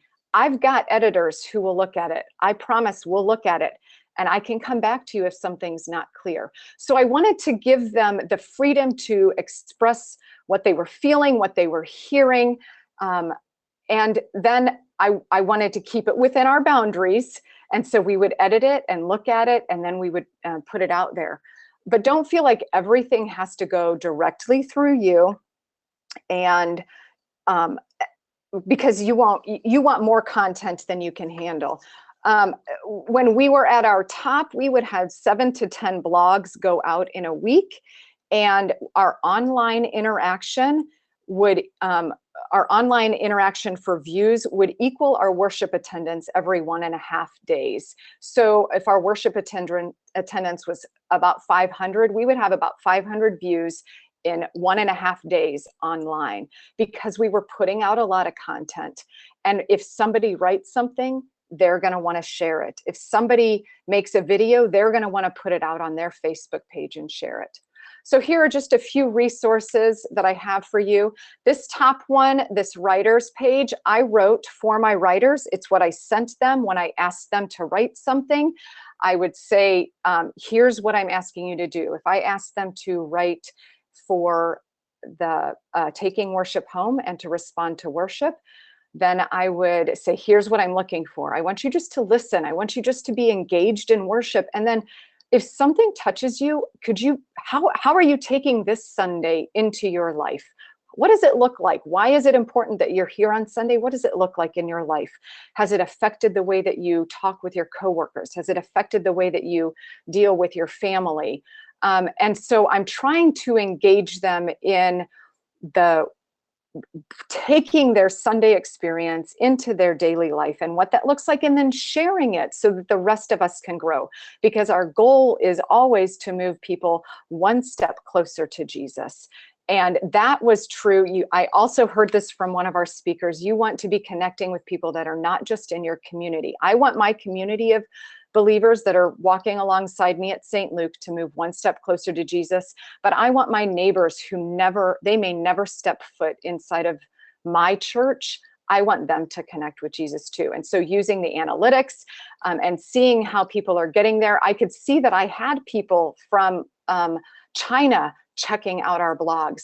That's awesome. They're not going to step into my church, but I want to move them one step closer to Jesus. And so I would send this to my writers, and it clearly says your writing, what you give us is going to be edited, and we will take it down if it's not appropriate. We will ask for edits, and we want to walk alongside you. The second one is the article the top 10, and it shows the how many different contributors we had. And then the last one is just again on our philosophy of discipleship online and what that looks like for online discipleship. So I'm going to try to exit and get back to the camera, and if there are any questions, or I can be done. No, that was fantastic, Miriam. I think we're going to try to field questions right as we go to the next break. But right now, I think we're going to transition over and work on storytelling. But really appreciated the boundaries, but also letting people play. I think that's really important, to give them a little bit of freedom, but give them those constraints. Even in the YouTube chat, we were talking about having policies written out so you can always point back to those and say, this is what we do. Right. And if you don't follow those, yeah, go ahead. Right. Well, that was sort of that blog online to my writers. So here's kind of your job description. Here's what I'm looking for, and here's what we're going to do for you. So that's kind of where those boundaries were laid out. That's awesome. I love it. Thank you. I hope everyone checks that resource out.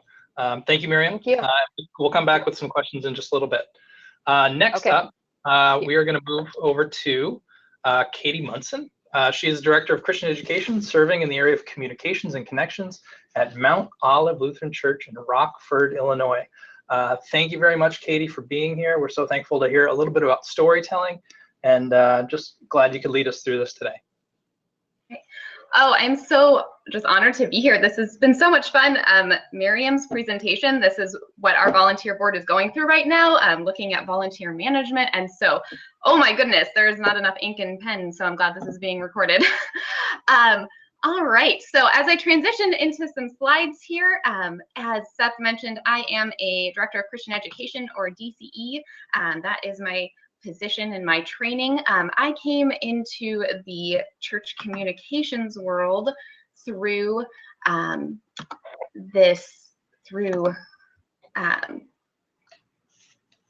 background in journalism, in connection with my my training as a DCE, and have found the two worlds to just collide in the neatest way.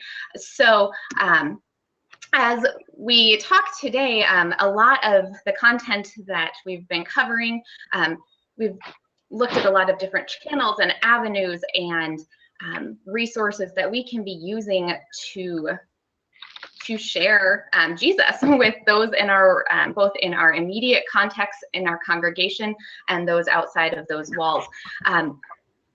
So we're going to look into storytelling. It's already been mentioned a little bit, and just those things that that kind of bring all of those ideas together. At least that's how I see it. So here we go. A long time ago in a galaxy far, far away, with these 10 words, over the past 40 years, many have been transported into another place in time. One of intergalactic adventure and strife, with planets and creatures that have captured the collective imagination of a culture. I would venture to guess that a few of you even have a particular score playing in your head right now. For quite some time, I asked myself, why do I like Star Wars? I'm not the target demographic. Sure, there are some special effects, and I will say that some of the droids are very cute, but when I found myself driving to the store to buy The Force Awakens on DVD the day it came out, I figured there was something more. Of course, it's the story. There's family, friendship, loyalty, and the idea of being something that extends beyond yourself.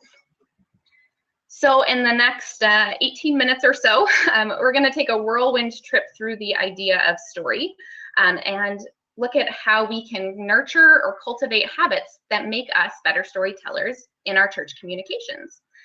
First, we'll do a little bit of defining story. We'll take a look at the connection between our Christian faith and the use of story, and then we'll get into some practical tips on finding and using stories in our congregations and keeping them focused on Jesus. So let's start out with some definitions. First, story, according to the Merriam-Webster Online Dictionary, is an account of incidents or events. Pixar, the storytelling giant, says that story is a sequence of events which unfold through time. So for this presentation, I'm going to propose the definition of storytelling as the way in which we communicate these incidents, events, accounts, and experience with the intent to engage an audience. We do this with different mediums, written or spoken word, pictures, or videos. Storytelling helps us to better use these communication channels, or this media through channels like social media, newsletters, websites. The list goes on. And I tend to think of storytelling in this way as a lens through which we see things.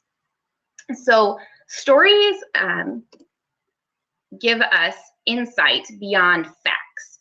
There's some sort of action or interaction. In a good story, we want to be focused, we want to know who the key players are, and we want to show that action or the impact that action has in some way. A storytelling mindset shifts us from sharing facts to telling us why we should know or care about or be involved in something. It provides us the opportunity to expand our horizons and to learn from the experience and perspective of another. As you can see up here, in school, you most likely learned these 5 W's of a good story: who, what, when, where, and why. I find it helpful to work through a potential story to look at an event or just a concept or idea with this framework. But I would argue that in storytelling as church communicators, our focus should be on the who and the why, and the things in between are what support those 2 elements.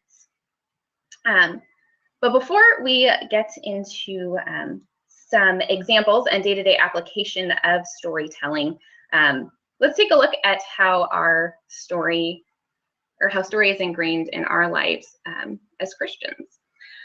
So at the 2013 Theological Symposium at Concordia Seminary in St. Louis, Dr. David Schmidt talked about telling God's story. A recording to this is available online, and it's something I would highly recommend that you take a look at or listen to. We'll have that link in a list of resources at the end of the presentation. Dr. Schmidt proposes that the idea that faith is a story-shaped experience. It's an experience that takes place in community as the body of Christ, as we are brought in to God's master story. Perhaps the most obvious expression of storytelling in the church is through Scripture. We see it through the Old and New Testament, in books of history and poetry, in the Gospels, and in the epistles. Jesus famously makes use of parables throughout his ministry and in his teaching. Something that I'm fascinated by and just love is the idea that we also see story in our traditions, particularly in the Apostles' Creed. Historically, the church has confessed the Christian faith in this narrative form as we tell the story and hear and confess the story of creation, redemption, and rescue through Jesus, and the Holy Spirit's work that produces faith in us and brings us into that story. So, Dr. Schmidt in his talk says that the master story gives you the lenses to see God at work in the world. As communicators, we have the opportunity to tell God's master story and to tell how he is working in and through people in our communities. I find that an understanding of vocation is very helpful here. Believing that God is caring for his people through other people opens our eyes to innumerable stories. So as we have that background and look at how storytelling applies to our lives, I have found that it's best to learn from great storytellers. Simply immersing myself in the work of those who do it well. So I would encourage anyone looking to grow in this to find people and organizations and follow them on social media, make Pinterest boards, listen to podcasts, find those intentional ways that we can be filling ourselves with stories as we look to tell stories. Sometimes, though, we find inspiration in everyday life. Maybe you have seen a good movie or you're captivated by a good book. Did you connect with an ad for some reason and you're like, oh, wow, how did that happen? Or maybe there's a certain song on repeat in the car or in your head. I would encourage us as communicators to be in the habit of asking ourselves why. Why did what they do or what they said connect with me? Or how did it connect me to their story, the story that they're trying to tell? I'm convinced that there is a strong link between critical thinking and good storytelling. On the screen here, this unexpected inspiration. One time I was driving through Chick-fil-A and got a cup of coffee. I believe they were giving it away for free for that time period. And so, yes, I'm not going to say no to good free coffee or trying it out. And This sleeve was on that cup of coffee, and ever since it's been on my inspiration board, because it reminds me that good stories can be told almost anywhere. I learned where my coffee came, and that's pretty powerful for a coffee sleeve in my book. So be on the lookout for that. Another example of good storytelling that I have found is that of the Eyes of Life campaign. This is a project of the LCMS Life Ministry, and it introduces readers and individuals to families who value life as a gift from God through a series of beautifully written stories and videos and images. When you look at this website, as you can see the screenshot here, there's this focus on eyes, and as you hover over those, I would encourage you to look at this website. Names pop up, and in seeing those portraits and those names, there's a pretty quick connection for me, and I wanted to read more. I wanted to know more about the story here. They also do a great job of capturing these and moving them from their website to social media, which then goes back to the website, which others have given us just fantastic direction on doing that today. But these stories, the stories being told here, are those of everyday people, much like those who make up our congregation. So then that begs the question, how do we find these stories to be sharing in our congregations? And so there are a few tips that I'm going to share. They are far from exhaustive, and many folks far smarter than I have ideas out there. So I would encourage you to do a little bit of your own research on that. But what I have found is helpful in mining these stories from our congregation is to first take a look at your church calendar. What are the items and events that fill the time and space of your church? Look at those, make lists, and have conversations with coworkers, with congregation members, and think about the who and why of the events that are happening. You might notice that meetings are a common thread in your church calendar. So I would encourage people to do, and I have found success with this, and talk to board leaders. Ask if you can sit in on their meetings, hear what they're up to, and your fresh ears may have an insight that they didn't realize, that there was a story happening in the facilities or trustee meeting that just would be really, really a great thing to share. So things like that, you can hear what they're up to and then tell a story of how that contributes to the life of the congregation. I would encourage you anyone in communications to be present in common gathering places like the narthex, the welcome area, or fellowship hall. And here people are just openly sharing stories as they gather informally. And as Miriam was saying too, with your volunteers, and Meredith was emphasizing with the use of social media, gathering stories, you also want to build your team because you're not everywhere. But to have people who are willing to keep their antenna up, that's a really neat thing. Finally, I would say listen on social media. Individuals and families that might not otherwise be vocal in person are most likely or could be sharing things on social media, whether with words or pictures or videos. If they're sharing a story that you feel would be beneficial to the community at large of your congregation, you can kindly and respectfully approach them and ask if they would be willing to lean into that a little bit more and share that more publicly. So storytelling also can be really beneficial in a lot of practical ways in kind of garnering results. One way that I have found this to be true, is that it's very helpful when it comes to volunteer recruitment. So we're in VBS season, so I made a couple of mock-ups here. These are oversimplified, but when you look at the image on the left, it's a fine image. It tells what we need. It does have a call to action, but I'm not seeing the story here. I'm not really knowing the who and the why. The image on the right, one, we see what's happening at VBS. We see a role that a leader could be in. Actually, we see a couple. And then we hear from our VBS volunteer why they look forward to being part of the ministry of VBS. And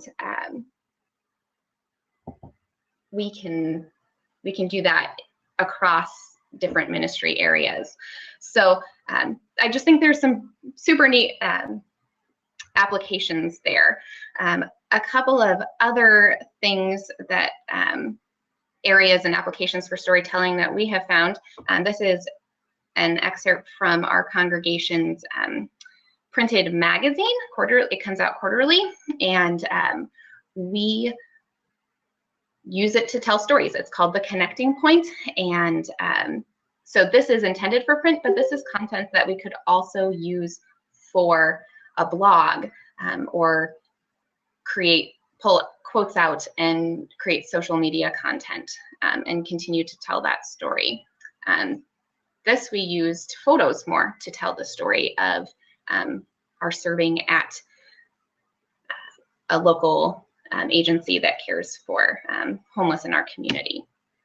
But we don't tell stories so that people will know how awesome we are or how great our church is. We tell stories because that's what we're called to do.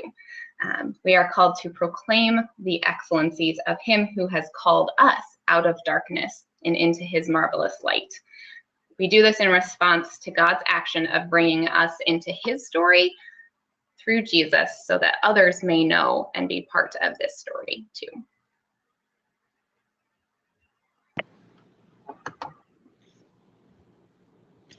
All right. So I think that's all I have on storytelling. Wow, that was fantastic, Katie. Thank you very much for that. Wow, so much to chew on there. I'm going to definitely go back to all three of these presentations. Thank you. I'm going to do 3 quick questions, and then we're going to run to a break and head to our last section. But there were a few questions that came in. And Meredith, first up, churches that are interested in kind of diving into video creation, but they maybe haven't done it before. They feel like maybe they don't have the know-how to actually go about it. What would you recommend or suggest to some church that wants to kind of dip their toe in or kind of jump in? Right. I think some of the most calming phrases that you could say to people who want to start video is that it's okay to use your iPhone. iPhones take great videos. And also starting with the youth. They're already taking videos on Snapchat and Instagram. It's just another turn. They just turn their phone this way and take videos of whatever's going on campus. And all the iPhones and iPads come with iMovie now. So it's even less intimidating to edit. You just throw it all in, and you can even choose music and do clips like that. So it's not this super huge production. Something easy to start with would be a fun thing. Like we've got BBS coming up. So it'd be cool to just give the iPad to one of our high school ministry partners and just say, hey, go film games for the next 20 minutes. And then we'll put it all together. Something fun that you don't necessarily have to have dramatic lighting and dramatic music with it. Just something easy that they can grab. Awesome. And I've been recommended to say that Android works great too. Samsung too. So for those of us that are also in that. So, but that's a good helpful tip. Thank you. One more question. Miriam, there are lots of ways to try to reach out and connect with people and try to recruit these volunteers. When you're going out and kind of seeking volunteers, what's the number one kind of vehicle or method that you use to recruit somebody to the team? Word of mouth. Yeah. Me just going straight to them and saying, hey, I've heard you tell this story. Could you write that up for me? Or, hey, I see you love to take video if it's one of your youth. Could you go out and get me some video and then bring it back to me? So don't put a blanket ask out. You can do that. But you may not like who you get, and you may not get anybody. Most likely you won't get anybody. It's intimidating. But if they can have a one-on-one conversation with me and I can answer questions directly to them exactly right when I'm asking them, they are much more likely to say yes to what I'm asking them to do. So word of mouth. I went directly to most of my volunteers. I just got referrals and I'd go and ask them. Referrals, that's good. Did your church ever do like a survey form? Maybe you send it out in the bulletin, kind of a gifts assessment type of thing? So we do have an online, like an online directory, and in that they can say what they might be interested in doing. I can't think of anybody that I got from that. Maybe one, Awesome. but really most of those just don't turn out people any longer. They want the personal ask, and they want to be able to have a conversation right away about what it is you're asking them to do. We're too busy, and so we think we can't do it. And so if I can go to them and say, here's what I'm asking, here's how much time I think it'll take, you can make it as perfect as you want or as not perfect as you want. Give me what you can. Sure. Then they were more likely to say yes. And same with your staff too. The staff has a lot of stuff on their plates, but if I can say to them, hey, you're already doing this, can you just get it to me and I'll edit it, or I'll do this for you. Or if I can, you kind of alleviate some of the burden when you talk to them one-on-one. That's helpful feedback. I think I'd probably go back saying, I can do a gifts assessment, but it's good to know, like, go straight to the person. And keep an open community like that. Thanks for that. Yep. And then we had a question come in about storytelling. What is the typical word length of a story that is considered readable? And can you give tips in writing good excerpts? I guess I would say for our the print, the connecting point that we do, and for blogs, I typically say 500 words is going to be a good place. I see Miriam nodding. You're much more familiar with this probably than I. So, okay, yeah, I would say about that.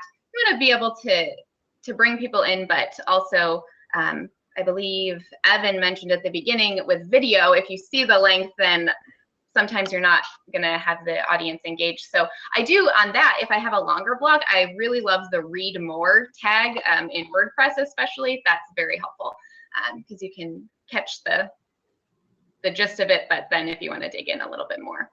And then, Seth, what was the second part of that question? I'm sorry. Oh, no, that's fine. They were asking any tips on writing good excerpts, something really. Look for the action is what I would say. You want to identify the key player, set it up, and let them know what they're getting into and if it's going to be worth their time. So action and key players is what I would say to look for. Key player, I love that. Thank you. Thank you all for your presentations today. That's so beneficial, I think, to me, hopefully everybody else as well. But I've learned a lot. So thank you. We're going to head into one last break right now, and then come back with two presentations.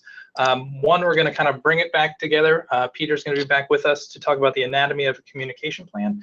And then we're going to talk about, finally, 4 best practices for social media ministry as we go. So we'll be back soon. Thank you.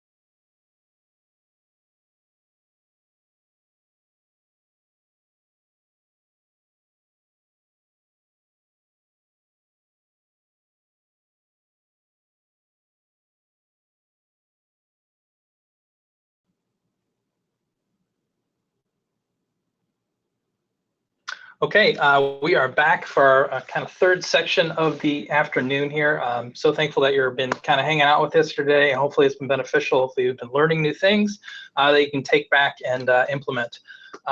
Just to take a quick brief aside and kind of thank Concordia Technology Solutions. Just a quick brief on them. They're the church administrative division of Concordia Publishing House, and they've been developing software to help churches focus on ministry since 1984. So they've been with the church and helping the church for a long time. And I just continue to see their resources ramp up. The education they're providing, the resources have just been fantastic. So really plug in there. One quick plug for Peter Frank again, he's coming back up. He has developed a 14-week training course that he can talk about. It's a comprehensive training course for church communications, kind of help out your digital presence and really kind of organize that a little bit better. Their blog, Technology and Your Ministry, will provide resources and ideas for your church. And I also write occasionally there. So I guess that's a little plug for the authorship over there as well. But we're so thankful for what they've been doing and the resources they're building. So I think if you go to the Lutheran Communicators group on Facebook, I believe Peter shared the link over to his new training course. So I want to make sure you get plugged into that, because that is going to be a very helpful training course for you as you try to kind of map out what a plan might look like for your church. So again, so thankful to Concordia Technology Solutions and Concordia Publishing House. Very thankful for what they're doing for the church. And with that, I'll hand it over to Peter, and he's going to talk about the anatomy of a communication plan. Thanks, Peter.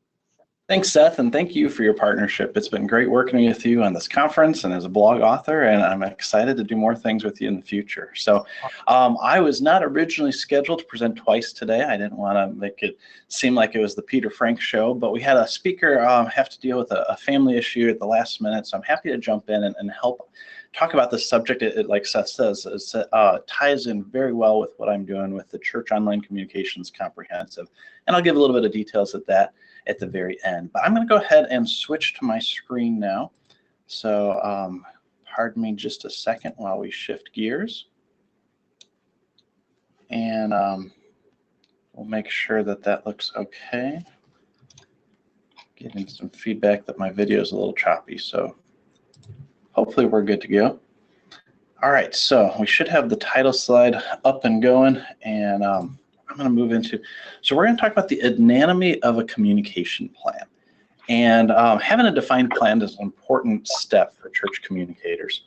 As we talk about communications, especially digital communications, there's so much that you can include in there. And so we're not going to get into the real nitty-gritty details today.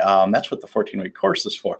But today we're going to talk about just a few things. And Katie and I should have planned it a little bit better because we talk about some of these questions. I'll show you in a second. But what are we really doing here? Well, we're really fulfilling the Great Commission. Go therefore and make disciples of all nations, baptizing them in the name of the Father and the Son and the Holy Spirit, teaching them to observe all that I've commanded you. That's the core part of what our mission is here. And so as we look at the 5 ingredients of a communication plan, we're going to start off with the why. And in communications, that really comes down to branding.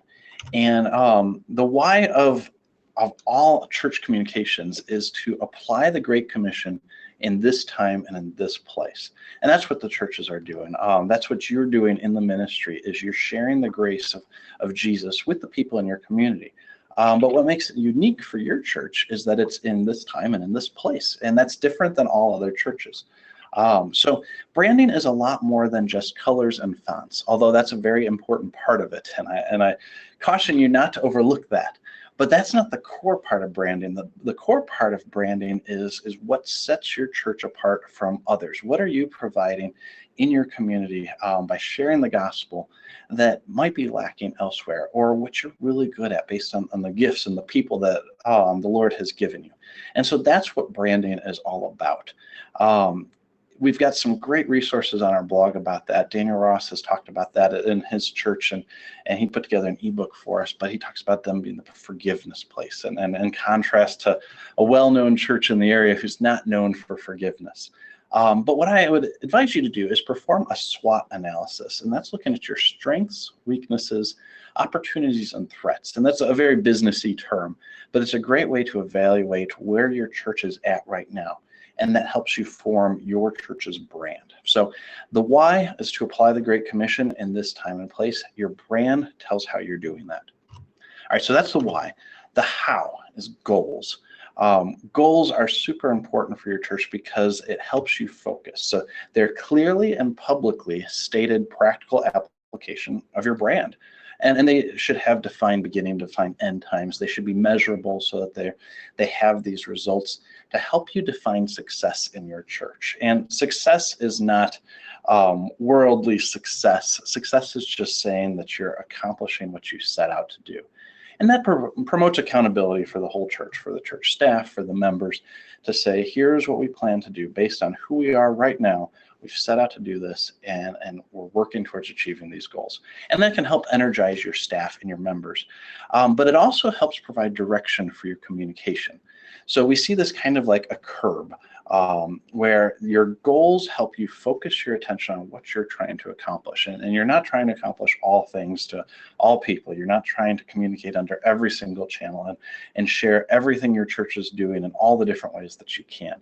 But it helps you focus on what's most important, and that stems straight from your brand, goes to your goals, and really helps you keep that attention on what you're there to do. So that's the how. The who. Every good communication plan should clearly define the audience. And while this may seem real simple right off the bat, well, the audience are the church members. Like, of course. Well, it's a little bit more than that. So the audience is the recipient of your goal results. So if your goal is to launch a preschool in association with your church, well, your audience is not just the people in your congregation who are parents of preschoolers, but it's the people in your community who are looking for a preschool. If your goal is to launch a mission trip this year, well, there are plenty of people in your community who are looking to connect with a group to serve others. And whether they are looking at a church or not, there's people who are willing to serve. And so your audience expands out of that. So what we recommend doing is establishing personas. Personas are fictional representations of your audience. And it really helps you narrow your attention, again, on who you're speaking, how to speak with them, how to communicate with them, where to communicate with them, where are they at online. And so as you go through this process of determining personas, you can collect data and you can create your lists of people to communicate with so that you can appropriately segment your audience for all the different communication efforts that you have. You should no longer be communicating everything to everybody, but you can narrow the focus to what is most relevant. And as we talk about relevance, we're trying not to waste people's attention. People only have so many hours of the day and so much capacity to receive all of these messages that are being sent out to them.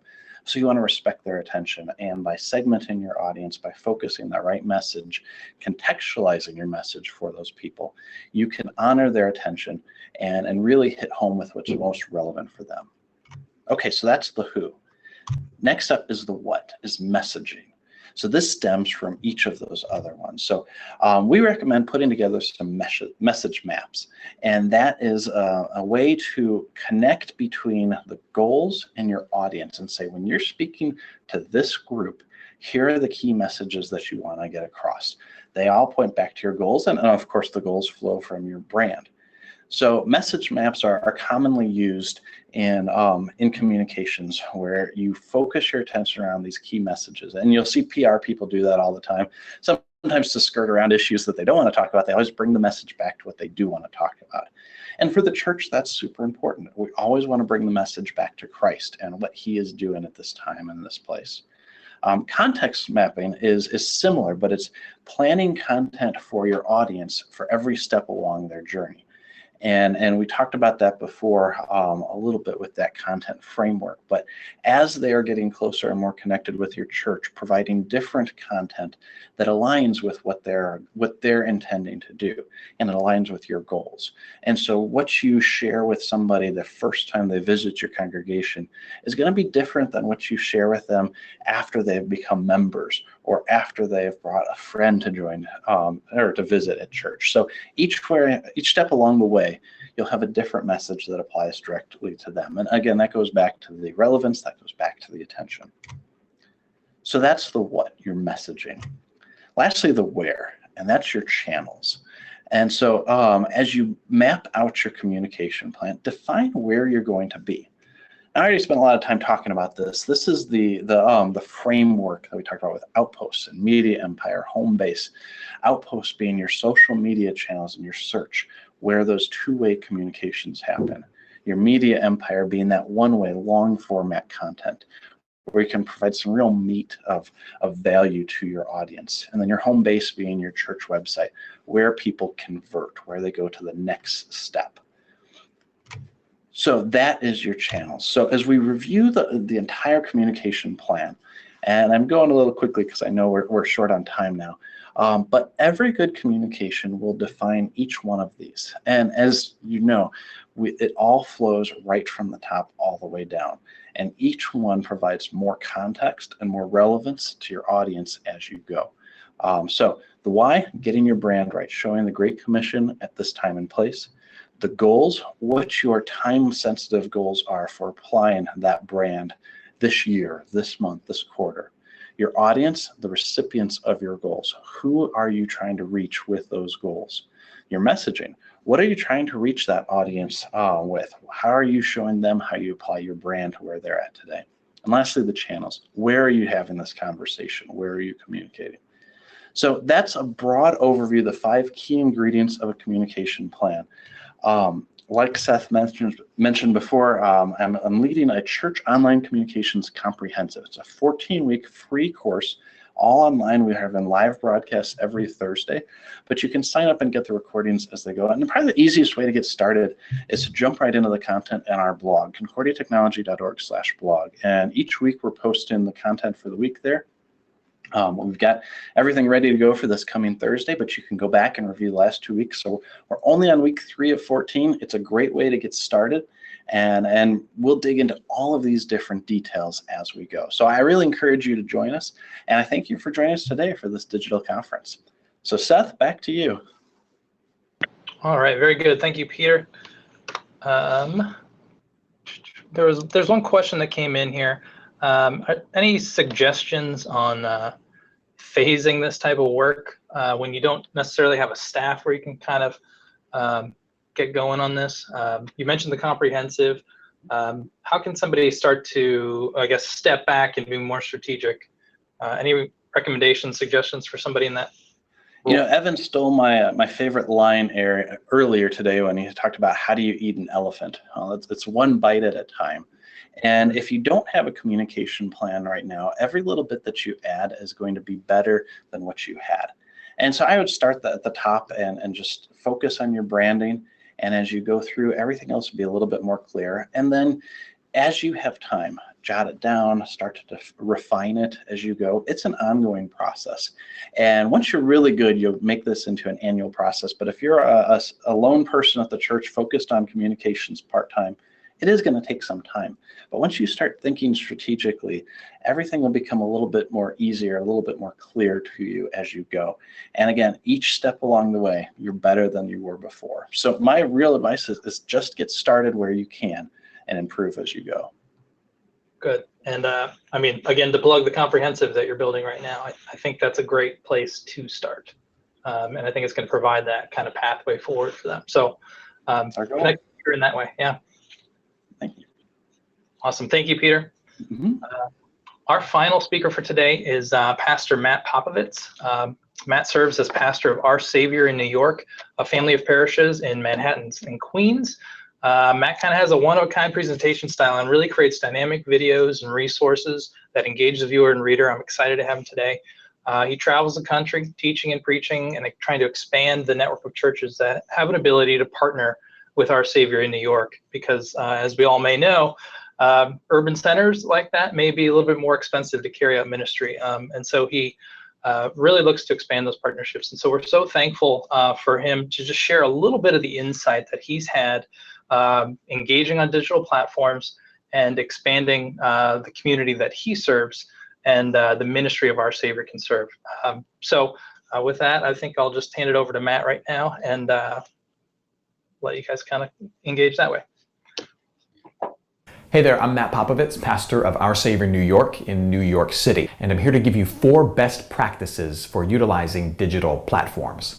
Digital platforms are critical for us here in our ministry context for 2 main reasons. Number 1, the people that we are reaching, our audience in our parishes. We have multiple parishes that we've planted. Our audience for those parishes, for the most part, are people who are highly connected and deeply engaged digitally. Therefore, if we want to reach them, and once we've reached them, if we want to continue to minister to them, we have to be present on digital platforms. So number 1, to serve our audience. Number 2, we require a lot of outside help from outside of the city in order to make our ministry happen. It's a very cost-prohibitive ministry here in New York City, so we have partnerships with churches and individuals who are passionate about seeing our mission move forward. And in order to keep them up to date on how their dollars are being used, on how their prayers are being answered, we have to utilize digital platforms to get content to them fast and creatively and directly. Also, as we try to stir up new partners, digital platforms are the best way for us to engage potential partners, for us to share stories of what's happening and how they can take part. So really for us, it's twofold. Number 1, the constituency we're already reaching and serving here in New York City, and then our partners and our passionate individuals outside of the city.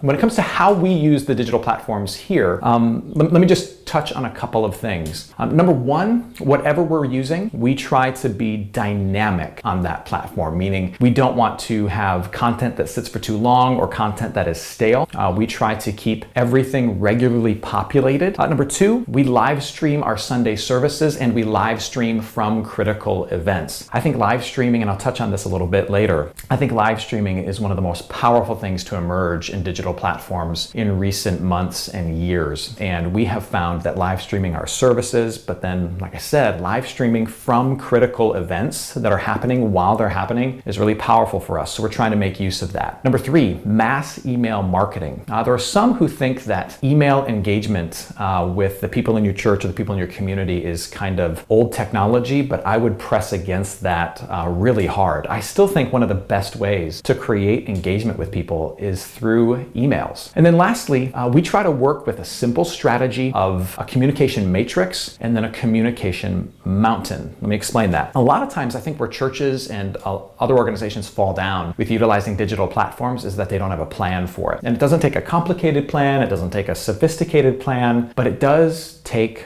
a plan. So for us, we have a simple matrix that we work with, and that matrix lists out all of the upcoming critical events for us. Not everything that's happening at the church, but the really critical things are listed on that matrix. And then on the other side of that matrix are the digital platforms that we have. So Facebook, Instagram, email marketing, website, and we just draw on that matrix where we want each particular event to be pushed out on the various platforms so that we can at a glance see that Vacation Bible School is going to be featured on our website and on Facebook, and then we are going to put 2 or 3 posts on Instagram as well. And then we can look at how we're doing and where we're going with all of our events. The other thing that we try to utilize is a communication mountain. Now what I mean by that is just the visual of a triangle with your most important and critical means of communication being at the peak of that mountain, the things that get the highest visibility and that are the most valuable in terms of communication. And at the base of that mountain where it's wider being your mass communication. It's seen by a lot of people, but it can also hold a lot of information. So for example, video announcements on a Sunday morning would kind of be the top of the mountain. It's highly valuable space. And then the e-newsletter that goes out would be maybe at the base of that mountain. It goes out to a lot of people as well, but it can hold a lot more content. Space there is a little less valuable than it is here on a Sunday morning where you have limited time and you have to be really strategic. We try to make sure then if it's at the top of the mountain, then it should be featured in every other platform down the mountain, right? Because it's that valuable. If it's that valuable that it deserves space at the top, then it should get space all the way through. But if it gets space in the middle, that doesn't mean it gets announced on Sunday morning. Or if it gets announced at the bottom,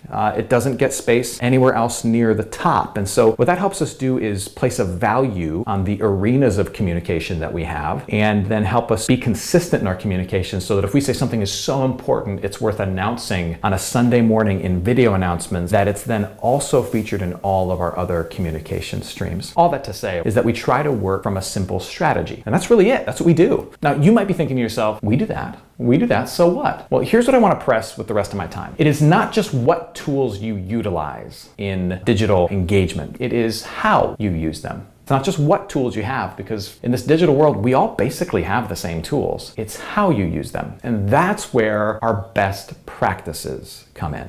So, best practice number 1, don't share information, tell engaging stories. The person who tells the best story wins. And if people engage in a story, they will devour the rest of your content. But if people see your Facebook post, or they open your email, or they open the electronic newsletter on your website, and all they see is a list of events, the chances that they're going to actually engage with any of that information go way down. But if you tell them a story, and you hook their heart and their mind through that story, you'll get them to engage with the rest of your content. So for example, we send out an email to all of our outside supporters. When we first started doing that, I started by listing out all the events we were trying to do to reach the neighborhood that were only made possible through their dollars and their giving. And I noticed through the metrics that you're able to look at online with the platform that we use, that we were not getting a whole lot of readership.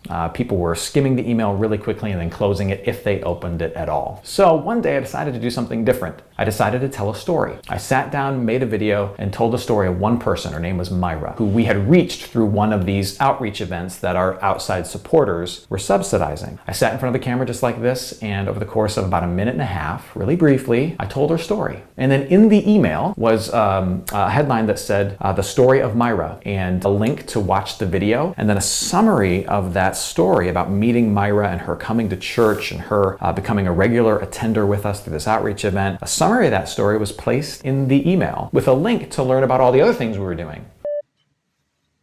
Hey guys, it's Pastor Matt in New York City, and I want to tell you the story of Myra. Myra is one of our neighbors here in Rego Park, Queens. And one day she was walking to the subway when she encountered some very energetic and very nice people in her neighborhood. They struck up a conversation with her. They handed her some information about a new church. And as she looked around, she realized she was standing in front of that church, a little white chapel on 63rd Drive near her home that she'd walked by 1,000 times before, but had never stepped into until she was invited. Those people were from Our Savior. They're very involved here. They were out spreading the word about what we're doing as part of a street fair that was happening just a couple of months ago. After their encounter with Myra, Myra showed up on a Sunday morning, and she's been with us ever since. This is the seat that Myra sits in. She's on the right-hand side, just 3 rows from the front, and she always has a huge smile on her face. Myra is the reason we are here in New York City. She didn't have a church to call home prior to being invited to this one. And now she can't imagine being anywhere else on a Sunday morning.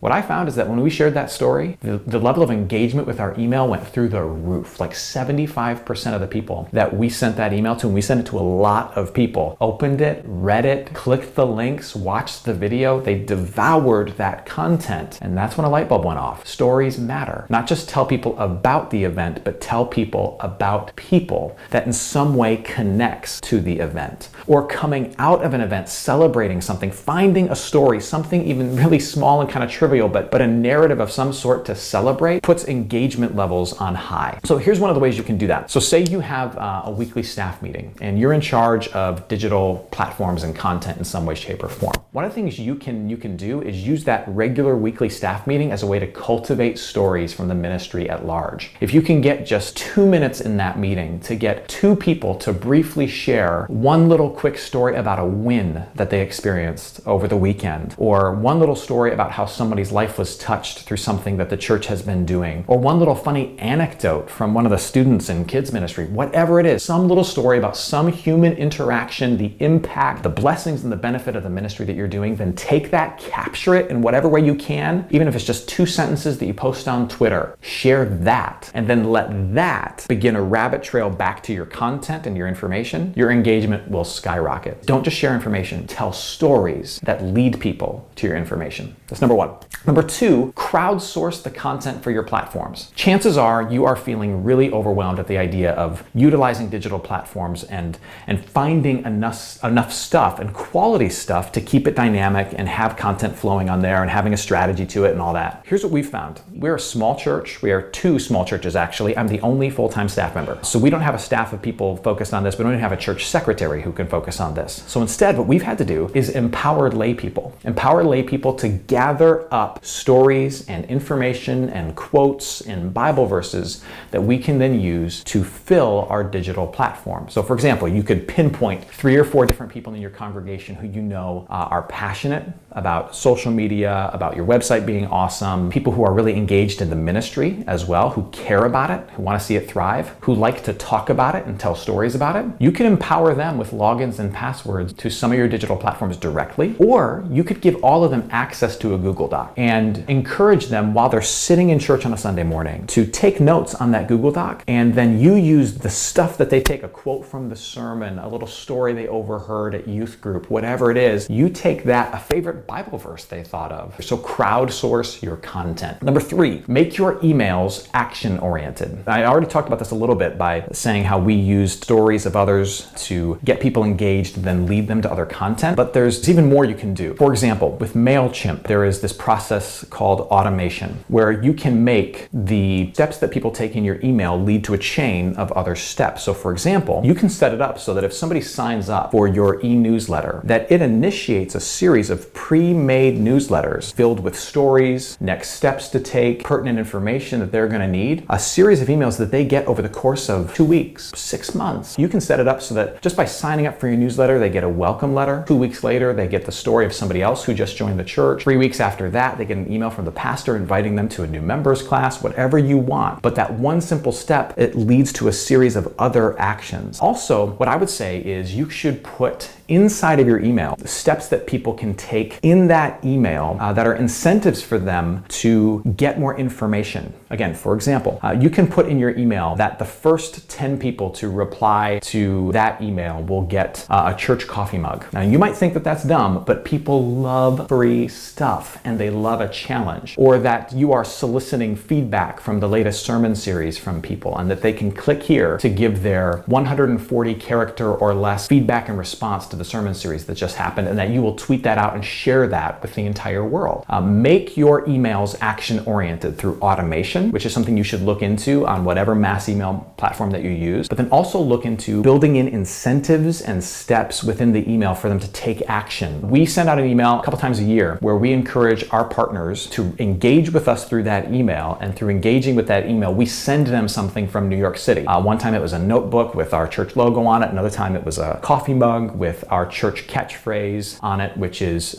New York's neighborhood church. Another time it was a t-shirt. And I have found that when we give free stuff away through the email, people read the whole email, people open it up, people take action, and people engage with us much, much, much more than when we just give them a list of events. So make your emails action oriented. And then lastly, you should empower digital users. So often in the church world, we utilize digital platforms because we feel like we have to, and we see it as a secondary means of communication. And then we also see the technology that's involved in digital platforms as kind of a bad thing that we have to keep people off of when they're in the church or involved in the church. And I think we should flip the script on that. We should celebrate them. When we see people tweeting something out from church, we should retweet it. When we see people subscribing to the newsletter, we should write them directly and celebrate it. We should, on a Sunday morning in our live platforms, we should encourage people to sign up for the e-newsletter. We should encourage them to use a particular hashtag. We should encourage them to check in on Facebook. We should teach them how to redeem technology in their life of being a part of the church rather than put up with their use of cell phones. We should empower them and show them how to use their cell phones as a part of the body of Christ. So for example, at our church, at the start of every service, we encourage people to take out their cell phones, and if they're on Facebook, to check in on Facebook. And we give them an incentive to do this. And based on those number of check-ins, we make a donation to a different worldwide charity every month. And so we'll tell people, hey, this month, from all the check-ins that we tally up, for every 10 check-ins, we're going to make a donation to this charity that will allow this number of children to get a new pair of shoes. So you can do some real world good by opening up your phone and checking in on Facebook. And then that also has the added benefit of creating some exponential social activity as a few dozen people in our context check in on Facebook at one time. All their friends see it, they comment on it, some people share it, and we get a lot more eyes on what we're doing as they're utilizing their cell phones in church in a way that's positive. We've redeemed it. We've encouraged the use of it. Also, encourage people to go live on Facebook. Again, I firmly believe churches have a chance to be on the leading edge of this. Tell people when they're at a church event, take 2 minutes, go live, tell the world about it. Even if it feels goofy, even if it feels silly, take out your phone and go live at VBS. Show the world what they're missing out on. Let their friends comment on it. Let their friends see it. Tell them that they can do this. And then when they do it, you as the administrator of the church Facebook page, you share it. Or you as the person who puts together the church newsletter, you capture that video, you embed it, and you tell the story of that person who was so engaged with Vacation Bible School that they went live on Facebook for 5 minutes and shared it with 200 of their friends. And you might not think that's a significant story, but trust me, it's a story, and stories win the day every single time. Don't make it a bad thing to be on your phones. Don't make it a bad thing in your churches to use digital platforms. Empower them to use it. Encourage them to use it. Show them how to rightly use it. So just to reiterate the 4 points here. Number 1, don't dump information. Tell engaging stories about real people on the platforms. Number 2, crowdsource the content for your platforms. You don't have to do this alone. Give other people the keys and trust them. Number 3, make your emails action-oriented through automation or through giveaways, some type of connectivity within the email that encourages them to take a next step. Number 4, empower digital users. Tell people to engage digitally when you have them live in person, and then encourage them to use things like Facebook Live. Tell them that this is okay and share with them the opportunity that they have to rightly use their technology for the glory of God and the good of other people. Let me end with this. I want to end with a note of encouragement. You got this. You can do this. Chances are you're feeling overwhelmed at the idea of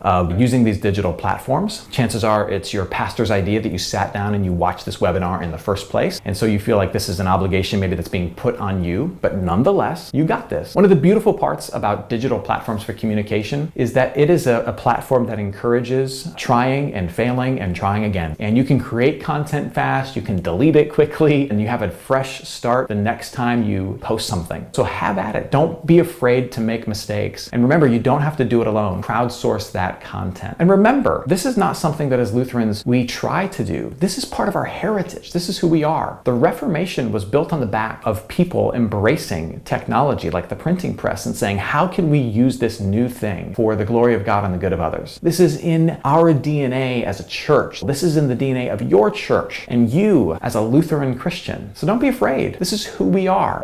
That's all I got. Thanks so much, and I'll see you online.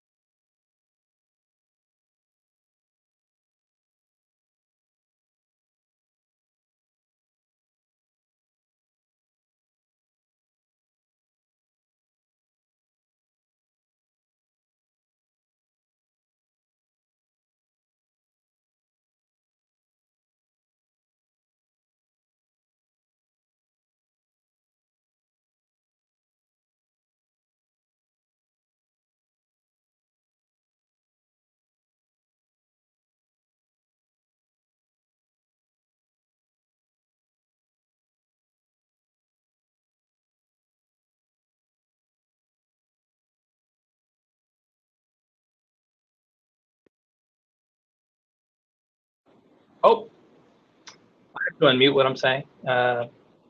Technology. Okay, great. So everyone just saw me say everything I just said, but I just want to thank Matt. I thought that was a fantastic presentation. Did a wonderful job kind of explaining, breaking it down, and kind of giving us that call to action to just say we are storytellers and we can do a little bit better, but start simply. You can use people outside of yourself. It doesn't all fall to you. So building up that kind of culture of support and storytelling is going to be a really important step for all of our churches and our organizations as we move forward. I'm so thankful to all the presenters that kind of made this possible. Everyone has a little expertise in a different field that just makes them perfect for what they presented on today. So I'm thankful to all of you. I'm thankful to Concordia Technology Solutions. Peter and Andrew, you did a wonderful job Andrew in the background, you just heard him right there, kind of keeping things on track. So thank you to you, Andrew, and the team over at Concordia Technology Solutions and Concordia Publishing House for helping to make this happen. And a big thanks to you, to everyone who attended. I'm so thankful for everyone who's out in the church doing the work that needs to be done to communicate and connect with the community around them. Not just your members, but building engagement and building connections and bridges out into the community so that you can develop those relationships and really start to bring people into the church community, but also just impact lives in a way with Christ that is just going to benefit their lives moving forward. So we're just so thankful to all of you who are here. I pray that it was beneficial to you. Your feedback is very valuable to us. I hope that you will go into the Lutheran Communicators group on Facebook at some point and kind of give us some feedback on what topics you might want to see in the future if we do another one of these digital conferences. I will let you go now. It is 4 p.m. and I want to honor that. And just thankful for everything you're doing. Please be encouraged. We are here for you. We have a community of support through Facebook, but through email, through Twitter, however you want to connect with myself, the presenters, Peter, Andrew. We are here to support you, and we want to see churches just becoming more effective in their communications. So with that, I will send you on your way and just thank you once again for being with us for the first ever Lutheran Digital Communicators Conference. So thank you, and God bless your day.